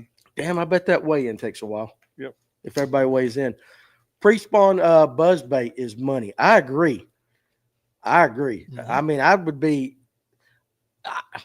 certain lakes, I'd be throwing a buzzbait right now. What are we looking at? The next one down. Farmer. With this week's swarming trend, we have had and water temps up 11 to 15 in a week. A buzzbait will be a viable option first thing in the morning. Mm-hmm. I thought about it, dude. I've thought about it. I don't. Huh? Would you? Would you? Yeah. No. What about you, Tony? Hell with Dave. What about you? Talk me into throwing a buzzbait. There's a buzzbait in my rod box all year round. But it stays on the rod. I don't even take it off. It's my buzzbait rod. Okay. All right. You got it tied on all year long. Yeah. But is it on the deck of the boat? Yesterday I saw mid-50s water temperature on the lake I was on. So yes, it would be on the deck of the boat in the morning if I was fishing in the morning time. I didn't even have time to ask you. You said yes. Yes. You would be throwing it right now? Yes. Should I be throwing it right now? Well, I don't know where you're putting it. Young Deer, south end of Lanier. Down close to the dam. Water temp. It's going to be right around 50 to 50. I don't know. I mean, it's got to be around 50 something. I'd throw it for probably 20 to 30 minutes. And just see. I bet, though, if you get a bite on one right now, it'll be a good one. Well, most of them are going to be good on a Okay. buzzbait. Here's the next question I'm going to ask you guys. White or black? I'm throwing a white. What about you, Tony? Yeah, it's going to be white, and I've got a brim color. It's got a little more like a little bit of purple in it. And they've been hitting it pretty And good. Dave's not throwing it, so I'm not even asking him that question. I wouldn't throw it on. I'm not going to throw it on Lanier. I throw it at Gunnersville. Yeah. But I'm going to be fishing Lanier. Yeah. What color do you throw? What would you throw on Gunnersville? White, but I don't throw a skirt either. That's right. You throw I throw no. No, he throws like a On Lanier, I throw swim bait. yeah. So The he's three- both, the yeah, that makes sense. 3.8, whatever it is. Let's see. Let's go and scroll on down, try to catch up a little bit. Mike Geiger from Tavares. It should be Tavares for it. Tavares, is that right? Tavares. Man, appreciate it. I think he's from North Carolina, ain't he? He's all over the place. He's got a tournament down there. Wasn't he the one that was talking the other night about a tournament? Somebody was. Adam W. Fish, appreciate you joining us now. Y'all were talking about Falcon rods. I stumbled upon a really good jerkbait and topwater rod at Walmart of all places. It's the Falcon EVO 6.6 medium. I like it better than my 6.8 Shimano X rod. You familiar with that rod? Mm-hmm. Is he good? Is he on point with that choice? Yeah, I like it. And like I said, mine is a 6.7. I'm not a real tall guy. I'm only like 5'10" on a good day. I like a shorter rod and something that's medium, so that fish can pull on those treble hooks and not pull off. Mm-hmm. Christopher Henry, pull that up because he does have a point. VMC crossover rings are awesome. You know what he's talking about with those? Is that the one that you hook it through the ring and not the? It's like a We can tube. go either way. Yeah. Oh yeah. It's got the band and on top of the loops. You can go this way or this way. Yeah. Right. I have not fished with one of those yet, but I do have some. I have. Have you? Do you like them? Yeah, they're pretty nice. They're pretty good. Okay. Silver Punk, what's a good budget-friendly glide bait? Duck it. A ducket? Duck it. You like Yeah, that one? Jacob Walls, I think, did some work on some of those baits, and I'll tell you, What's the price range of that? What are we talking about? well, I bought mine at Red Crest, and I want to say they were like $20 Okay. per Okay. rod. I mean, Mag I don't. draft isn't that much. Mag drafts? Yeah, but that's more of that big swim bait style. This is like a full hard body. Full glide. hard body swim Yeah. glide Glide bait? bait. But I'm gonna tell you, anybody it's coming in April. They got some really good deals up there on some of those vendors. Red Crest? Uh-huh. Yeah. It's in Huntsville this year. So And I imagine you'll be there, won't you? I will be there. Okay, that makes sense right there. Opinion of the Nessies and what size is your go-to? I haven't thrown that one. I haven't thrown them. I've seen them being thrown. That's the Spro, ain't it? No, it's the Berkeley. Berkeley, yeah. Oh, Berkeley. No, okay. I'm not gonna throw that one. I've got them, but I've thrown them a couple times. But what was the one I'm thinking of? Spro makes. That's the Chad. Is it Chad? No, hell, I Chad? think I got one on It's the the wall. Chad. They make a Chad. Chad. Those are good. Chads. Mm-hmm. The Nessie. Now, didn't they had a recall on the first round of those, didn't they? Because the plastic was hard and they wasn't swimming right or something. I think you're right. I think they did. So, what's y'all's favorite way to find a bad eye on a rod? Mine is a fluffed Q-tip. That's the only way I know how to do That's it. all I know. Q-tip. Pull it through there, and if it pulls it, you got a problem. Especially if you throw braid. Don't do it, Danny. What was I not? What's that about? Throw a buzzbait. Oh, throw it. Okay, don't throw a buzzbait. Well, thank you. Okay, Adam W. I'm Fishing. guessing, but I'm thinking that's what it is. I think that's what he's talking about. Now, Adam, are you being serious, or are you just saying don't do it because I should do it? We got to read between the lines here, Jonathan Farmer, I will tell you this: you're starting to see fish under docks. Yeah, that's it. And that's what we did when we were on Notley. And I believe it was a little later in the year than what it is right now, but it was still cold, if I'm not mistaken. It might have been this time of year. Remind me there, Farmer. Coleman, when do y'all prefer a chatterbait versus spinnerbait? For me, never. But I don't fish lakes like Gunnersville and stuff. So what about you? I'm gonna defer that to you first. I'm gonna chatterbait from now until about May, and then I get on the spinnerbait bite. Now, is that at Gunnersville? That's a Gunnersville. Now, what if you were on Lanier? Spinnerbait all day. Spinnerbait, yeah. I do know guys that throw chatterbaits on Lanier, but more people throw a spinnerbait. What about you? I'm gonna start with the spinnerbait, and then not doing well, I'll go to the chatterbait. But again, it's vegetation. If there's vegetation in the lake, like Gunnersville, I'd go with the chatterbait first. Yeah, it makes sense over there. What about you, Tony? I'm a chatterbait guy. I just have not built the confidence in the spinnerbait. I don't know why I've thrown it, and I just for some reason I just haven't built it. So I'm a chatterbait guy. Yeah, I brought that to you last because you made the comment earlier about throwing a chatterbait in 25 foot of water. Yeah, I'll jig it. Yeah. Now, I believe it's Tyler Burt. I don't know if you guys know him. He used to fish a lot more than he does now. He used to have the prettiest old Ranger I've ever seen, but good dude. But he would throw a chatterbait down on brush piles. It didn't matter, even in the summer, whatever. He would slow roll a chatterbait 30 foot deep. And he always was one that used to tell us, keep it on the bottom. And you'd be surprised. And this is on Lanier. Yeah. So he was a chatterbait guy like that. Atlanta Outdoors. Hey, listen, guys, if I missed a question, if we do, because we got a bunch of comments tonight, put it back again. We'll try to get it on the second time. I had a bass, short strike, a bluegill buzzbait this morning. Spots were popping the top of the water this morning. All my catches were on Kitex. Was that on Lanier? Yes, I'm asking for selfish reasons right there. Asking for a friend. Asking for a friend. Okay, your buddy. I'm your buddy right there. Brad Silvers, finding bait in 50 to 60 feet. Would you still go shallow? Carter's Lake? No.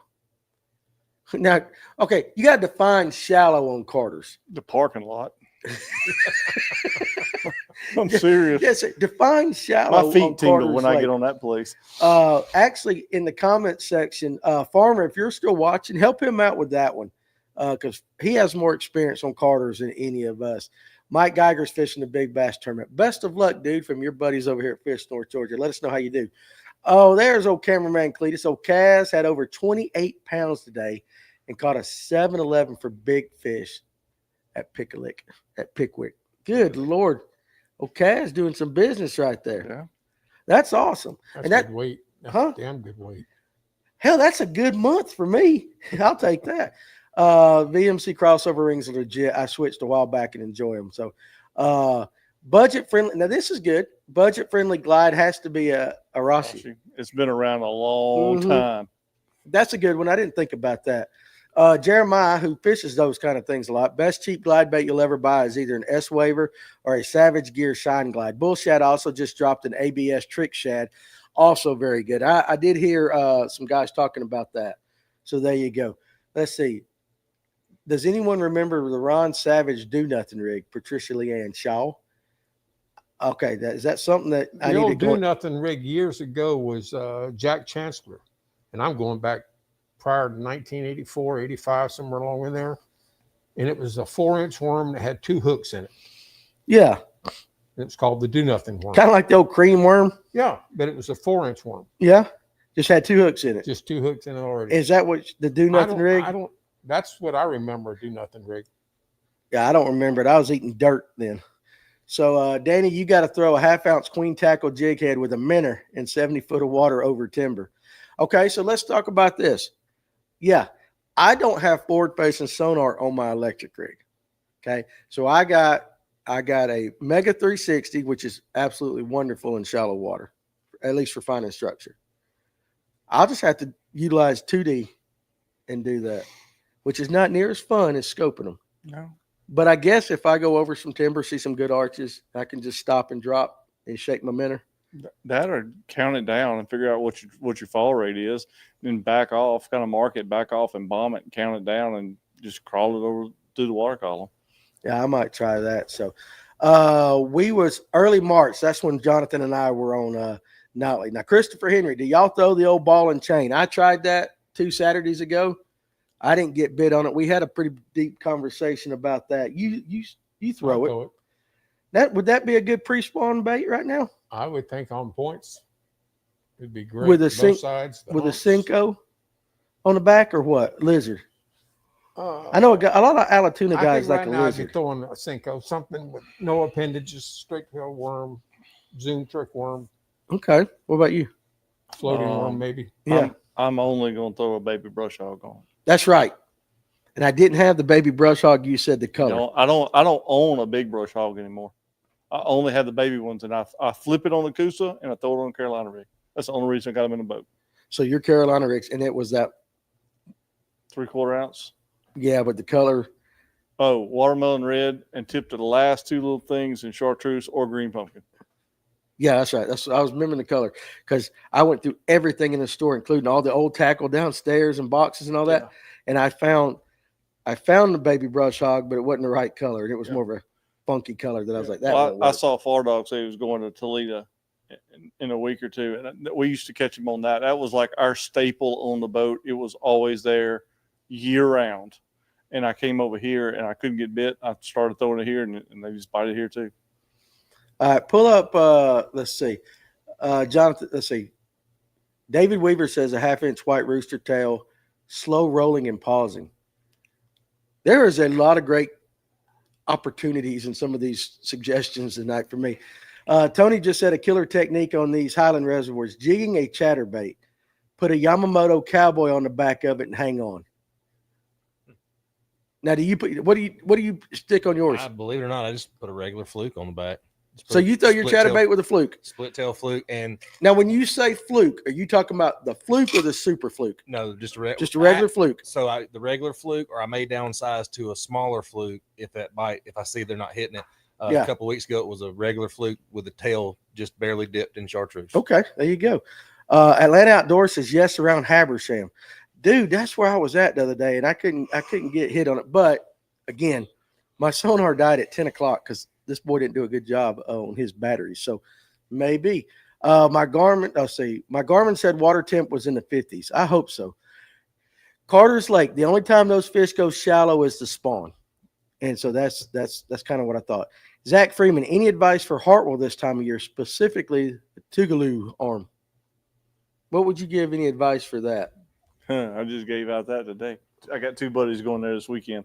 I told them the same thing. Find some place they'll spawn. Find the next closest, deepest rock. Crank it. I would throw a crankbait, a shaky head. I'd have a swim bait on, and probably a jerkbait. And that's, if I had to go blind, that's what I would do. And I would keep running them. I feel like you can run into a few fish. Okay. So Brad Silvers, you see Jonathan Farmer's comment down about 2 from you. He's answering your question, but he's right. There's no shallow in Carter's, but I was talking more about the water column. Yeah. That you can do. That you can do. Christopher Henry wants to know why baby brush hog.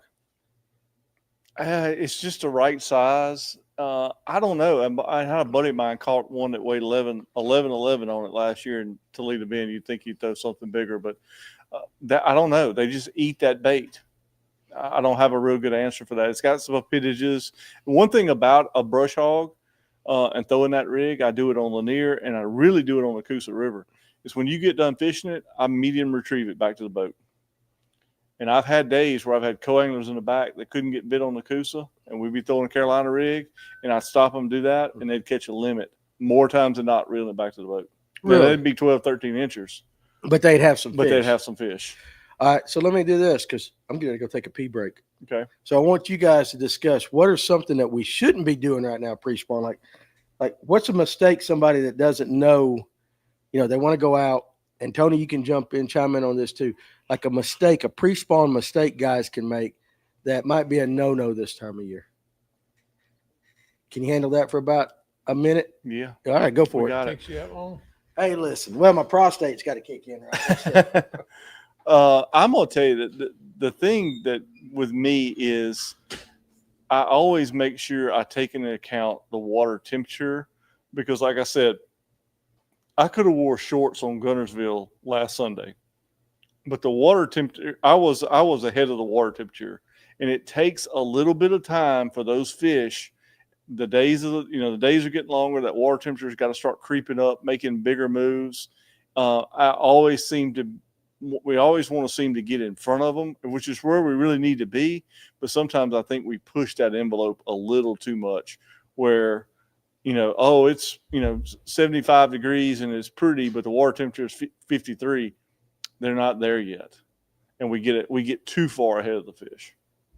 I don't know if I can add much to that. I think it's good. I think that happens to all of us. It does to me, and I'm terrible about it, because I'll get out there and it's like, man, I'm in a sun shirt and shorts, and I feel good about things, but like I said, the fish hadn't quite caught up. I think another thing is sometimes we stick too long in an area, thinking they're going to move up, and they don't. We need to be moving. Right. You guys did a good job. Covered. That was quick. It was quick. We got to do something about that flow rate. You're on your own. You don't have to deal with that. I mean, as a senior person on this podcast, do you knock on wood? Not yet. Really? Yeah. That thing just flows just like it always has. Damn, dude. Is yours? Yeah. I'm younger than you are. How old are you? 49. Well, you ain't but 3 damn years younger than me. You don't get the drips and dribbles at the end? No, I've lived a You cleaner ever life. read that book, Yellow River, Yellow River? by I.P. Freely? Yeah, no. Yeah, right. Listen. Smart ass. Tony, you get the dribbles? No, I'm good. I'm all set. What the hell is it about me? I'm sitting there like, good. And then it goes like it chokes itself, and it goes blip, blip, blip, blip. And I'm like, come on, dude, I got a show to do You right can't get there. the knot out, huh? Huh? You can't get the knot out? I don't know what the hell the problem is right there, but this is live TV or whatever it is, Yes, so we it got to do the is. best I can. Any juice for the riverside of Nickajack March 1st? Now that's going to be. Never been on it. Me neither. Now I've been on Nickajack, but we was catfishing. Never been on it. I mean, those fish ought to start getting close to moving up. So any pockets or anything like that, that's kind of where I'd start. Now I noticed on Nickajack, that's the one that flows through Chattanooga. Yeah. Downtown Chattanooga. What's the dam right past Chattanooga? Is that Chickamauga's dam? Chickamauga is on the north side of Chattanooga. That's considered the north. Yeah. Okay, so let me ask you this. When we were down there catfishing, I saw a lot of guys in bass boats right at the base of that Yeah. dam. I thought it was crazy the way the water was coming out. There was a lot of current right That's there. where I took Ken over there on Lake Mitchell. Is that where you took him? Yeah, he was like, man, you see them guys? Because they had guys in a Phoenix, and they were in the current. They were running 3 generators, and they'd get up, and one guy would hop in the driver's seat, and they'd take off, and they'd get up there, and the guy in the passenger seat would be on the floorboard. And as soon as the boat started coming down, that guy in the passenger seat run up there and drop the trolling motor and hit spot lock on 100, Mm-hmm. and they're just drifting back. And Ken was like, "Can you believe those guys?" I said, "Dude, I was doing that pre-fishing, but I'm in yours, and I ain't gonna do that in your boat." But you would do it in your boat. Yeah. Oh, I did it. Well, let me ask you. They were catching some smallmouth up there. Oh yeah. So do those fish spawn that are there in that section? Do they spawn up in that current like that, or do they go back downriver where it's a little slower? I don't know, because I know Connell had it when I think it was the first year MLF, when they were with Guggen, him and Wheeler, they did a series called The Wait, and he did a tournament down there during the spawn, and him and his brother ran up to the dam because you can't see another boat. The day we were down there was 30. I don't think anybody went up there, and they caught the snot out of them. Those guys were catching fish. We were catfishing. I'm like, so dude. I don't know if they can get behind, because all it is just high spots where the currents roll over the rocks. I don't know. Maybe somebody here that fishes there more than I do. I don't know if those fish can spawn behind, like get on a current break and spawn in there. I don't know if they do that. I don't know if they come back. But I'm gonna tell you, there's always fish there. I fished in the spring, the summer, and in the fall, and that's where you go catch fish on Lake Mitchell. Well, since he's talking about a river, and we really haven't discussed pre-spawn in a river, and Gunnersville I consider a river. Yeah, it's a river. So what's the difference in pre-spawn on a river as opposed to, say, Lake Lanier? Well, Gunnersville's a river, but Gunnersville also has a lot of bays, things like that. A lot of those fish stay out there deep, and then they'll start sliding up. They'll get on the backside of I don't say a shell bar. There's shell there, but they'll slide up there in the grass, and they usually spawn up in that area. They're not out there on the main river. It's too deep. Water's not clear enough. But they're pre-spawn going up and down. Do they stay in the deep and then go up to feed and then come back down to the deep, or they get up in them bays and stay? A lot of them stay. I mean, the fish I caught the last 2 days, I was fishing anywhere from 2 to 12 foot of water. But the deal is, at Gunnersville, they live there all year. I mean, last winter, I was over there catching them on a trap in the snow and had to go to a 3/8 ounce trap because they were so shallow. My 5/8 was fouling as soon as it hit the water. So a lot of those fish up there, they don't leave. Now, a lot of them do go back to the river, up, down, the big bag. A lot of the big bags, like December that we were catching over there, those were deep fish. But then they'll move up there, spawn on stumps or grass, or a hole in the grass or something like that. Okay. What's the difference and there may be none, in a largemouth pre-spawn versus a spot pre-spawn as far as the way the fish act? I mean, can you tell a noticeable difference? Tony, jump in on that if you know that, because that's something I'm kind of interested in. So, like pre-spawn, we think largemouth are lethargic and everything. Are they up sunning on docks and stuff? Or are they do that? Mm-hmm. Are they as nomadic as the spots? Well, what do spots do? Because very rarely do you see a lot of spots sunning on docks. Spots are weird. It's almost like they feed, and then run up there and spawn, and then they clear out. Largemouth seem like they hang around a little bit more. The largemouth are just harder to catch to me pre-spawn, just because if you can get spots pre-spawn, they're so aggressive they'll eat basically anything. Right. If they're you think largemouth are more territorial, where spots are nomads, just like the roam, follow the bait? I think our spots are, because they're on herring. If you're in Georgia and you're on a herring lake, those spots, I mean, they just swim all the time, seems like. Yeah. Especially if they're on bait. Up there, with largemouth up there, we don't have, I mean, there's bait in areas, but it's not herring. It's not, here one day, 2 miles away the next. They'll stay in kind of a general area. You have to kind of refine them every day if that's what you're doing.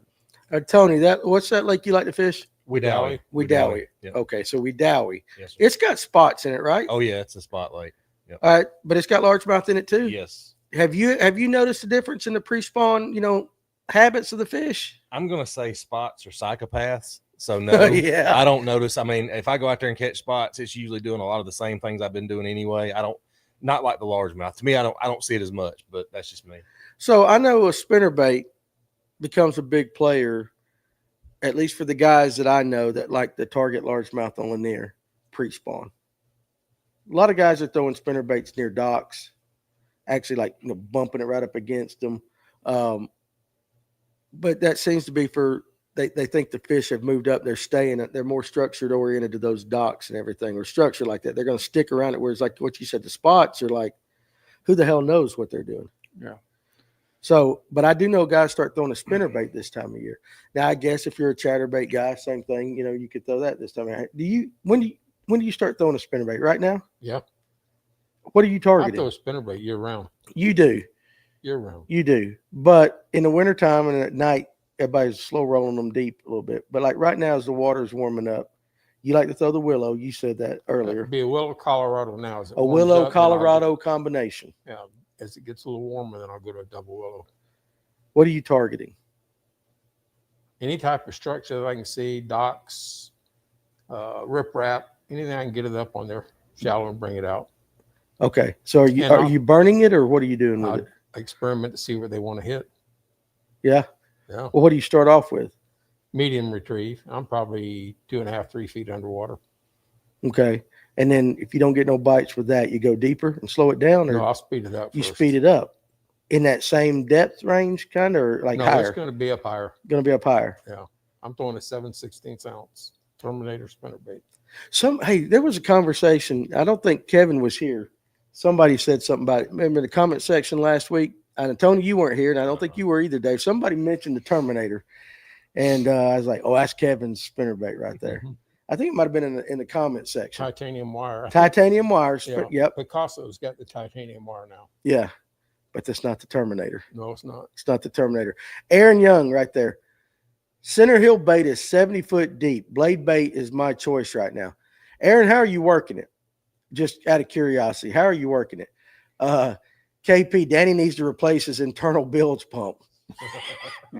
Hell, while I'm at it, I need to buy a bigger hose too. Listen, I'm telling you what, when they come out with one of those, I'm buying it. I mean, we can get artificial everything else. Would you do that?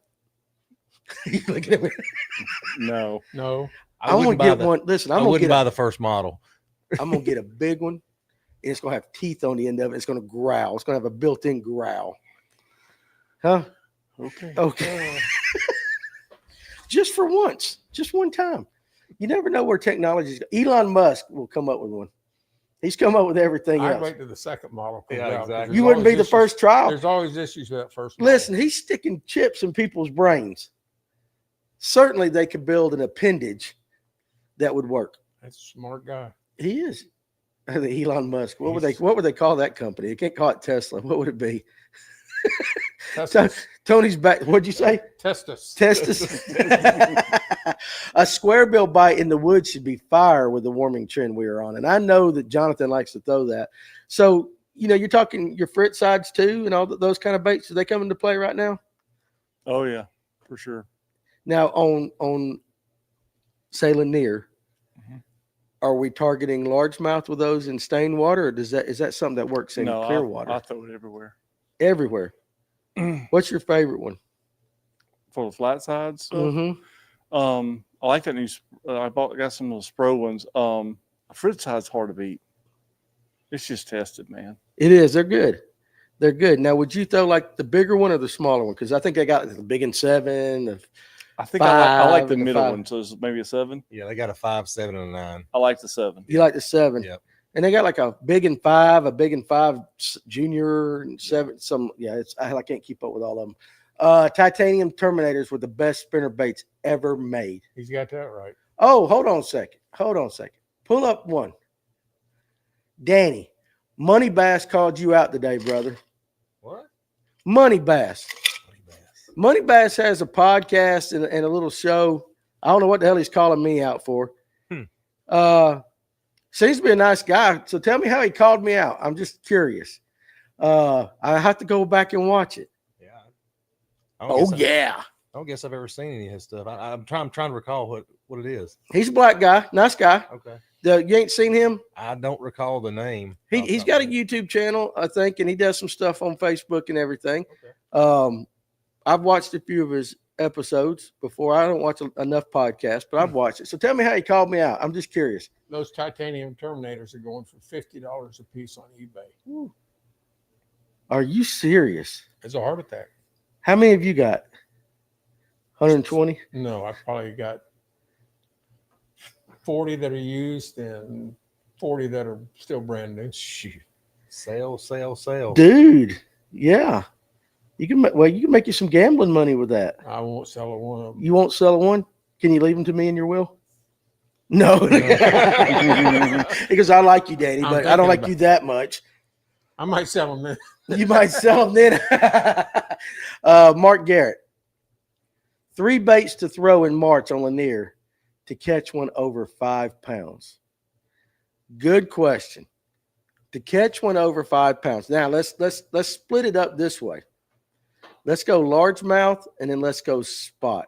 If we were trying to catch a 5-pound largemouth on Lake Lanier in March, from now through March, what would you guys throw? Tony, I'll start with you. Oh, I mean, Yeah. okay. Lanier for 5 pound. He said spot. You got to do a 5-pound spot and a 5-pound largemouth. So we're starting with the largemouth. Gosh, I don't know. I really if I'm going largemouth, I'm throwing a buzz bait. I'm sorry. That's gonna be my go-to. Okay. For that time of year. Okay. What about spot? I don't know. I mean, I'd probably still be throwing something white. So it'd probably be a chatterbait. Okay. Probably shallow. Go real shallow with it. Okay. What about you, Dave? 5-pound largemouth on Lanier. What you going for? Shaky head, a jig, and a jerkbait. For both. For both. Shaky head, jig, and a jerkbait. Yep. Okay. What about you, Kevin? Spinnerbait, both. White. Jig for both on the second, and probably a shaky head. Okay. What I would do is take a tube of crickets and catch a brim about 4 inches long, put it under a float. That's what I'm going to do for a largemouth. I will say this, just based off of past electric only tournaments in Baldridge in January and stuff, and going up through that, jig. I would say a jig, and I'm just going on experience because hell, I don't catch 5-pounders. So for spots, though, just depends on if they've moved up out of that timber and how far they've moved up. I still think a minnow style bait or a Kitech will play on a spot. But now, if they're spawning shaky head or anything close to their bed, you never know. Drop shot too. Somebody had something about drop shots in the comments earlier. That Demiki armor shad on drop shot is, whew, Okay. it's good. So Christopher Henry starts off with a 5, and if they don't eat it, jump up to the 7. We're talking about the Fritz sides. And then Jonathan Farmer said flat side is Fritz side, DT series for going down the bank, and river to sea biggie for the square bill. Okay, I get that. Let's see. Demon this time of year or bust. Yeah, he likes those colors for sure. Adam W. Fishing said spinnerbait, glide bait, wake bait. Let's see. Far Dog tuned into him for the first time today. We're back to Money Bass today, and they were talking amongst themselves, and I asked if he knew you. He said he heard of the podcast and would love to fish against you live. Hell, I bet he would. Well, we might have to do that one day. So it wasn't a negative call out. It was more of a challenge call out then. Challenge call out? It was like a challenge. He just challenged you. Do I get to pick the lake? I mean, if you're being challenged, I think that's only fair. What lake would you pick if you were getting challenged by another podcaster to fish against live? Alatoona. Hell yeah. We're both going to come in with 5 fish for 6 pounds. What lake would you challenge? Would it be your home lake, Weedawee, or whatever the hell it is? I can't say my actual home lake on here because it'll get blown out because it's a tiny place. So it'd be near the house though. Near the house. Yeah, I got it figured out. And yeah, got it figured out. Yeah. What about you? Would it be Gunnersville? No, it'd be Toledo or Rayburn. Probably Toledo. Okay, what about in this area? Gunnersville, like that. I think I'd take him to Rocky. Because that way he could put his bass boat in and I can put my electric rig in. That would be a fun challenge like Rocky Mountain PFA. Because you can catch big bags over there. So let's see. Your Arky head is your 4-wheel drive. Oh, he's talking about, so Mark Garrett goes type of jig, football, ball head, finesse. And we'll go to, I know exactly what Farmer's talking about now. Arky head is your 4-wheel drive. That's the one he likes to do for most everything. Football head around rock, ball head if you're in brush this time of year. So that's it. Danny go one step farther and challenge him to do it in a kayak. Hell, I can't fish in a kayak. I haven't even got mine wet yet. I keep telling everybody that I'm going to wait till it gets a little bit warmer in case I bust out. But you're in a kayak already. You've done it a couple of times, but it's been warmer days right behind your house. One was, yeah, there was, I think the highest, the coldest I've been is about 50, 55. Okay. All right. So you. I don't have a kayak. No. I was going to change the subject. Yeah, I didn't think you fished to have a kayak. What is, if you can only choose one bait this time of year for pre-spawn fishing, for pre-spawn bass fishing, you get one bait, one color, what would it be? Watermelon red. I'd go with this weighted Cinco. A weighted Cinco. So you're talking about like on a shaky. When you say weighted, you're talking about like on Texas rig, a Texas rig, watermelon red Cinco, like Yep. a 5-inch or 6-inch, 5-inch. 5-inch. Okay, what's your reasoning behind that? Because I really love the Cinco's weighted. You like it just pulling. Texas rig, yeah. Just now, what would you retrieve That's these? the only thing out there on a Texas rig anymore. Is a weighted Cinco. Now I threw it with you that time. I you threw it with did, Tim. you did. But even at this time of year, that's what you're gonna go pre-spawn. Yep. Okay. Your retrieve, slow, fast, or just old school Texas rig, just real easy raising up. Slow. Very slow. Okay. All right, Dave. Huh? You're thinking about it. Yeah, because to be fair with you, I don't bed fish. Well, you can get bedfish. Okay. We're talking pre-spawn, Okay. not spawn. Okay. So you would still stay with that. I would stay with it. Okay. What about you, Dave? Bait and color, if that's the only one thing you can fish pre-spawn. Here, Gunnersville. Let's go here first, and then you can throw in Gunnersville for our listeners outside of the area. Shaky head On here, on here. color, Green pumpkin magic. green pumpkin magic. But you like that? You like that worm? That is the worm. The color all year on Yep. that. Yep. That's the only one I throw on Lanier. Your Period, chicken end of rig story. too is you like that color on your chicken rig, right? Mhm. All right. So what about at Gunnersville A rig. and A rig? How come nobody talks about A rig on Lanier anymore? I was talking to that kid that was in here earlier. Yeah, and he- Wyatt. and he throws it some. It's in my head, but that's a lot of metal coming through the water in that clear water. Yeah, I heard somebody say that was pre-fishing young deer that they could see 10 feet down easy. I mean, it's a wad of metal. I'm like, I'm surely they ain't that stupid, and they might catch them on it. I don't know. but you don't have confidence. In clear I don't water have the with that. confidence to throw it. I'd throw a single swim bait at that point. Okay, It's more of a stain. a stain Yeah. thing. Yeah, I mean, it gets is clear. It was water. clear on Gunnersville on Sunday, and I blasted them. But with do you it. think it's because you were over grass? Oh, I was scoping them with it. I could see them sitting down there on the bottom with some bait over the top. I'd fire it in there, and I'd roll it just below that bait, and they'd come out of that grass and get it. So it was more of a reaction style bite you were getting. That or it's just a big wad of shad coming through there. I had 3 or 4. I didn't even have hooked in the mouth. They It's just like had they on just come up and try to run through it and try to get it. They missed everything, but they ran through a wad of hooks. I had one hooked literally in the tail. I thought it was a 5 or 6 pounder. I've had that happen. yeah. What about you, Tony? One bait, one color. That's the only thing you could throw for pre-spawn fish. Shaky head, watermelon red, zoom trick worm with the tail dipped to chartreuse.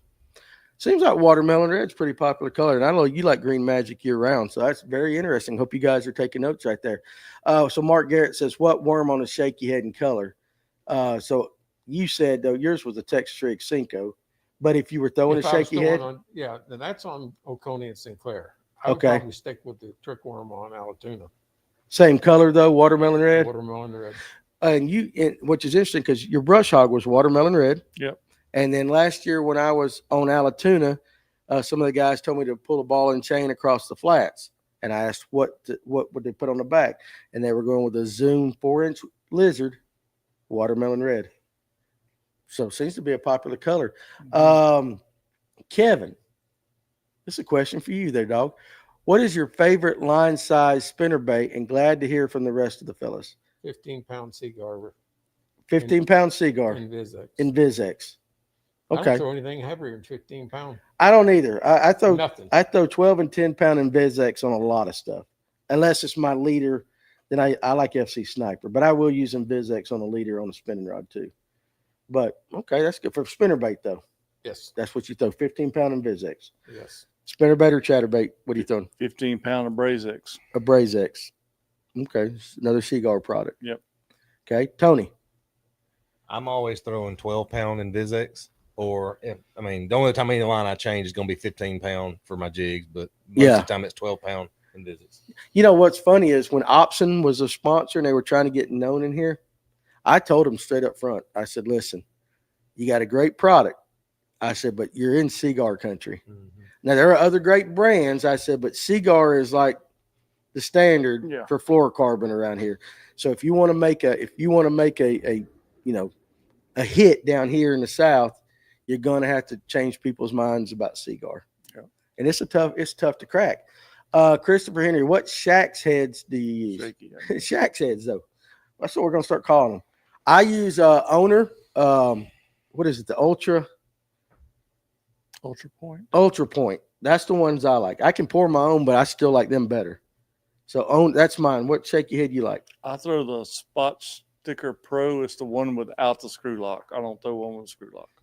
Okay. KVD. The KVD? Yeah. Okay. Tony? I think it's the Freedom Tackle. It's got the flat bottom. I think it's You like the Freedom. flat I bottom? like the flat bottom, yeah. I love those owners right there. Jeremiah says, if I could have, this is pretty interesting. If I could have only one pre-spawn bait, it's a chrome blue trap. It's been a good one for a long time. Yeah, you can. I got to start throwing a trap this year. We need to get you up there and really throw one. I've never had confidence in it. James Archer said he caught a 3-pound largemouth near Bayless on an A rig yesterday. Yeah, there's a couple comments. I know guys are catching, but it's interesting. Jig trailer in March. If we're throwing a jig, what do we throw? I know there's different. I'm one of those that keep it simple. I always throw a Yamamoto twin tail 99% of the time. But what about you in March? Sweet Beaver or the new one from Rapala. Cleanup Crawl, maybe? Rapala. Rapala. What about you? I'm throwing a Zoom chunk when it's cold like this. Zoom chunk when it's cold? When it warms up, I'll go to twin tail. Twin tail when it warms up. I just keep it simple because I'm not a very good jig fisherman. So biggest smart, how about this, Atlanta Outdoors? Biggest spot and largemouth I've ever caught on Lanier were on an A-rig in December with sight flash Kitex, tails dipped in chartreuse. That's a good color Kitech for me. It is a good color Kitex. Whether you're throwing it on just an underspin or anything, that's a good color Kitex. Mm-hmm. Farmer throws a chunk or a double tail grub. Father Time. Dude, they love it. You are now known as Father Time, Kevin. I love it. You're trending. You are trending. We got a hashtag Father Time. All right. Got any tips for Sinclair this weekend? He's just fun fishing. So if you were going on Sinclair, what would you be throwing? I'd be going up Little River and hitting docks. With what? Spinnerbait. And I'd also be throwing a shaky head under docks. I wouldn't even mess with the jig. Shaky head, under docks, spinnerbait, or round docks. Yep. Okay, there you go, Coleman. Up Little River. Let us know how you do next week. Oh, speaking of next week, I'll be out of town Tuesday and Thursday. I'll be down at the Miami Boat Show. So we're working on the guys running the episodes next week. So we'll see if we can have a Tuesday and a Thursday show for you guys. I might chime in. I'll be in the comment section, or y'all might can pipe me in or something. Hades, the devil. What do you throw this time of year if you fished off the bank? Interesting question. Depends on whether I'm around rock or if I'm just on like a silty flat kind of thing. It's hard to beat a shaky head. Yeah, I drag a shaky head everywhere. Jeremiah, that might be a good question for you there, buddy. What would you be throwing off the bank this time of year? What about you, Tony, if you're bank fishing? If I'm bank fishing, my go-to is always going to be a shaky head because if nothing else, I can at least start to figure them out just with that shaky head and then maybe play around with something else. But I'll start with that shaky head every time. I would say throw a crankbait, except you're pulling it up shallow, and that's tough. Or Carolina rig. Carolina rig with a Zoom fluke on it. Carolina rig with a Zoom fluke. Mm-hmm. That's a good option. But you're both going on the bottom slow. And we're coming up. And something that's and coming up so that you can't get hung up because you can't go get it. That's true. What about jerkbait? I've done it. What are you laughing at over there? Because what he said. Okay, it's true. You can't go get it. That's true if you get hung up. Yeah. No, I get that. What about jerkbait though? And just work it, and then of course when you get closer to the bank, you just kind of reel it slow. It's not a bad option. I guess you could throw a spinnerbait or something too if you wanted to. Yeah. But I think you can cover a lot of water with a worm and just kind of, like you said, Tony, just kind of pick apart where, figure it out what you got going on down there. That's kind of interesting. That red label is elite right there for sure. I tell you what though, now I love Seaguar. We sell. The only one I don't like is that Basics. And that is their cheap line bottom line. I only Less throw expensive. Abrasics. It is $9.99, But what I got told, and I don't know how true it is, so you start off with the Tatsu. That's their top of the line. And so as you drop down to, I think there's one between that and the InvisX. And then you got InvisX to the We got Red label. red label. So what did you say? Abrazix. That's above.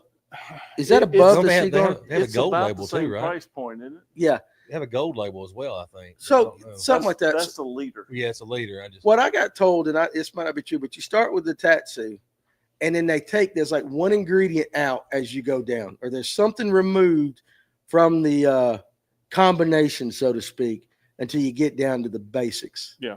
And that's why you go from price point on down. Now, I don't know how true that is, but Aaron Young, 4-inch zoom finesse on a split shot rig, gold crappie hook is the only hook I'll use. Hey, Off the bank. That Works. pretty good too. that's pretty good. That's pretty good right there. Far Dog. Dave, other than the Holstein, I think somebody, this is a Toledo Bend question. Yeah. What's your favorite Big Creek arm on Toledo Bend? Right now, I like 6 Mile. I like Lanana Bay and 1215. Now, that's the lake you grew up fishing. Right. I started fishing it after I got a boat. But there, I will say this, Fardo, if you leave out of Cypress Bend, I cannot remember the name of it right off the bat. If you go north to go around the big point, there's a cove on the right. It goes in and it kind of splits. If you got forward facing, I would look in there. We have caught giants in that place, and that I left before I had forward facing sonar. So if I had to start, I would probably start there. I got Housing Bay. Jonathan Farmer, jerkbait on Sinclair on the rock seawalls. He would do that as well. There's rock everywhere down there. Is it? I've never fished it. Let me ask you this. Would you compare that to Oconee? Which one's better, Sinclair or Oconee? Sinclair. You say Sinclair? And Sinclair I can't has catch a bigger cold bass, on I Oconee. think. Bigger bass out of Sinclair? Yeah, I think. Numbers out of Oconee? Oconee's just a beautiful lake to fish. Okay. But don't they draw down one to raise the other? Don't they pump back and forth Foot between and the a two? half. So it's Foot and a not half. big. No. Oh, okay. All right. It's big when they shallow. I had them, boy. I was on them one day. Oh, And I showed up the next day. And I didn't realize they did that. yeah. I pulled in my first spot. And it was dry land. Yeah, What the hell happened? Where'd the water go? I had no idea. We finally they figured raise it up out. at night and lower it in the daytime. Which one did they raise Sinclair. up? Sinclair raises at Comes night? up at night and goes down to the day. in the Okay. morning. Yeah, I knew they did it, but I've never fished it. Yeah. I fished Oconee one time off a dock. We were putting heat and air in the house. We had to stay down there. I can't catch a cold in Oconee. Right? I've never fished it. So Jeremiah, who is pretty experienced with the bank stuff, says bank fishing Lanier, Kitech, finesse worm, and a mini me spinnerbait. Hey, and you can't go wrong with a weightless wacky either. No. You know, I should have said that. TKR, Dave, what's your YouTube? Dave Aldridge Fishing. All right. And then Tony, go ahead and throw yours out again. it is Tony Collin fishing. Okay, mine's Fish North Georgia, in case you didn't know. How about that? Jonathan says, Tattoos is a great leader line, and VizX good for your moving stuff like jerkbait and crankbait. Abrasex is good for jigs and stuff you're going to have in very abrasive stuff, which makes sense. Yeah. I throw Embracex on everything. Do you really? Mm-hmm. Okay. The InvisX, I just have confidence in. Yeah. And I feel like I can throw a lighter line in InvisX. I mean, that striper I hooked the other day was on 10. I think it was 10. Yeah. In I'm the VizX. opposite. You're the opposite. Okay, I got you that. Josh Burrows. What's up, John G. Wilson? Atlanta Outdoors grew up Sinclair. He grew up fishing both, so he says Sinclair's the better. Mini Me Color Prespawn. Shad White. Shad White. And so that now, on that Mini Me, you're burning it. I mean, that's no matter when you throw that. You don't ever slow roll that, do you? Not a ton. And you can't really throw a trailer on it either, can you? I mean, you can, but it can't be much of one because that's a hidden weight. I throw the And most of them come with trailer hooks too on the mini me's when you buy them. The Mini Me's do come with that? do. Yeah. The trailer I throw is that split tail from Zoom. Yeah, that's one I throw. That's the one I like. Yeah. And it has little drag, especially on Lanier. as it warms up, I start throwing it more and more, and I start reeling it. I think I got it on a 7-to-1, and I'm reeling and snapping, and it doesn't make it lift. You can still keep it down under the surface versus a bigger one like a swim bait or something that's going to make it lift too high. Yeah, that's right. So that's what I use. Jonathan Farmer says white and chartreuse, gold and silver blade combo. So he's talking about the mini me right there. Adam W. Fishing said Sinclair is a good lake for shallow crankbait like Series 3, Bandit 200, and Strike King Red Eye Shad. Okay. I've caught a bunch of fish down there too on a Carolina rig, up shallow. Both lakes are good Carolina rig lakes. Like around Really the good? docks, and I mean up in that we used to call it hay grass, but throw a Carolina rig up in that stuff too. Okay. All right, guys. Well, listen, we're about 156 in, so I think we're gonna call it a night on this. A lot of good comments and questions coming from that, and you guys had some hell of suggestions that now I got to go home and I got to think tomorrow, between tonight and tomorrow, what I'm going to throw on Lanier Saturday, for sure. So, Jeremiah says off topic, but does anyone throw mop jigs with the really big skirts? I don't, but I've tried them before. They don't look like good it. in the water. Yeah. But I just don't have the confidence in them. what about you? They are really big. Yeah, they work good on places like Sinclair and Oconee, where it gets that bigger profile. So you're using that living rubber stuff. I've got Yeah. a few of them just for those lakes. Okay. Atlanta Outdoors. If you're ever at Sinclair and stumped, ask Big Ed at Lakeside Bait and Tackle. So that's your go-to source down there at Sinclair. So, hey, appreciate you throwing that stuff out. So anyway, we had a great show tonight. It's been a great week. Some good guests here, but sometimes I just like it when the guys get together and we just talk. I think sometimes that's our best shows, when we just get together like we're sitting at deer camp and talk. So, Tony, you did a fine job running the board tonight. Thank you, sir. You did very good. And Dave and Kevin, as always, you guys, I appreciate you being the wingman on all this. And guys, again, this show is always about you guys. And you guys make the show go. And there was a lot of people in here tonight and a lot of great things. So if you're on the water this weekend, first of all, as always, be careful. Okay, safety first on all that. Remember what was said, the high school tournament's coming out of Laurel Park. Good luck to all you guys. Thank you, Coleman. And let's enjoy it. And again, don't forget the Noe Show, the Outdoor Expo next weekend in Cartersville at the Clarence Brown Conference Center. Maybe we will all see each other down there. I don't know. Like I said, depends on my wife's honeydew list. I'll be in Miami all week, so when I go home, she might need me for the weekend. It's Valentine's Day. I'd take her to Noe. My wife said, Oh, no. I'm sure she'd love the hell out of that. Yeah, my wife said Show no. her who's boss. She is. I know. You know what she has half the money and all the other stuff. So we know how that works right there. But I'm going to try to go. But again, next week, we're going to work it out and see what the guys can do about having shows next week. But again, if I won't be here. The guys maybe will be here. We'll announce it on Facebook like we always do. And tell your friends and everybody about us, and let's keep growing this thing together. So you guys have a hellacious weekend. Be safe. Catch some fish so that you can post it on the Fish North Georgia group page, the brag board Monday morning. We're out of here. Have a good night.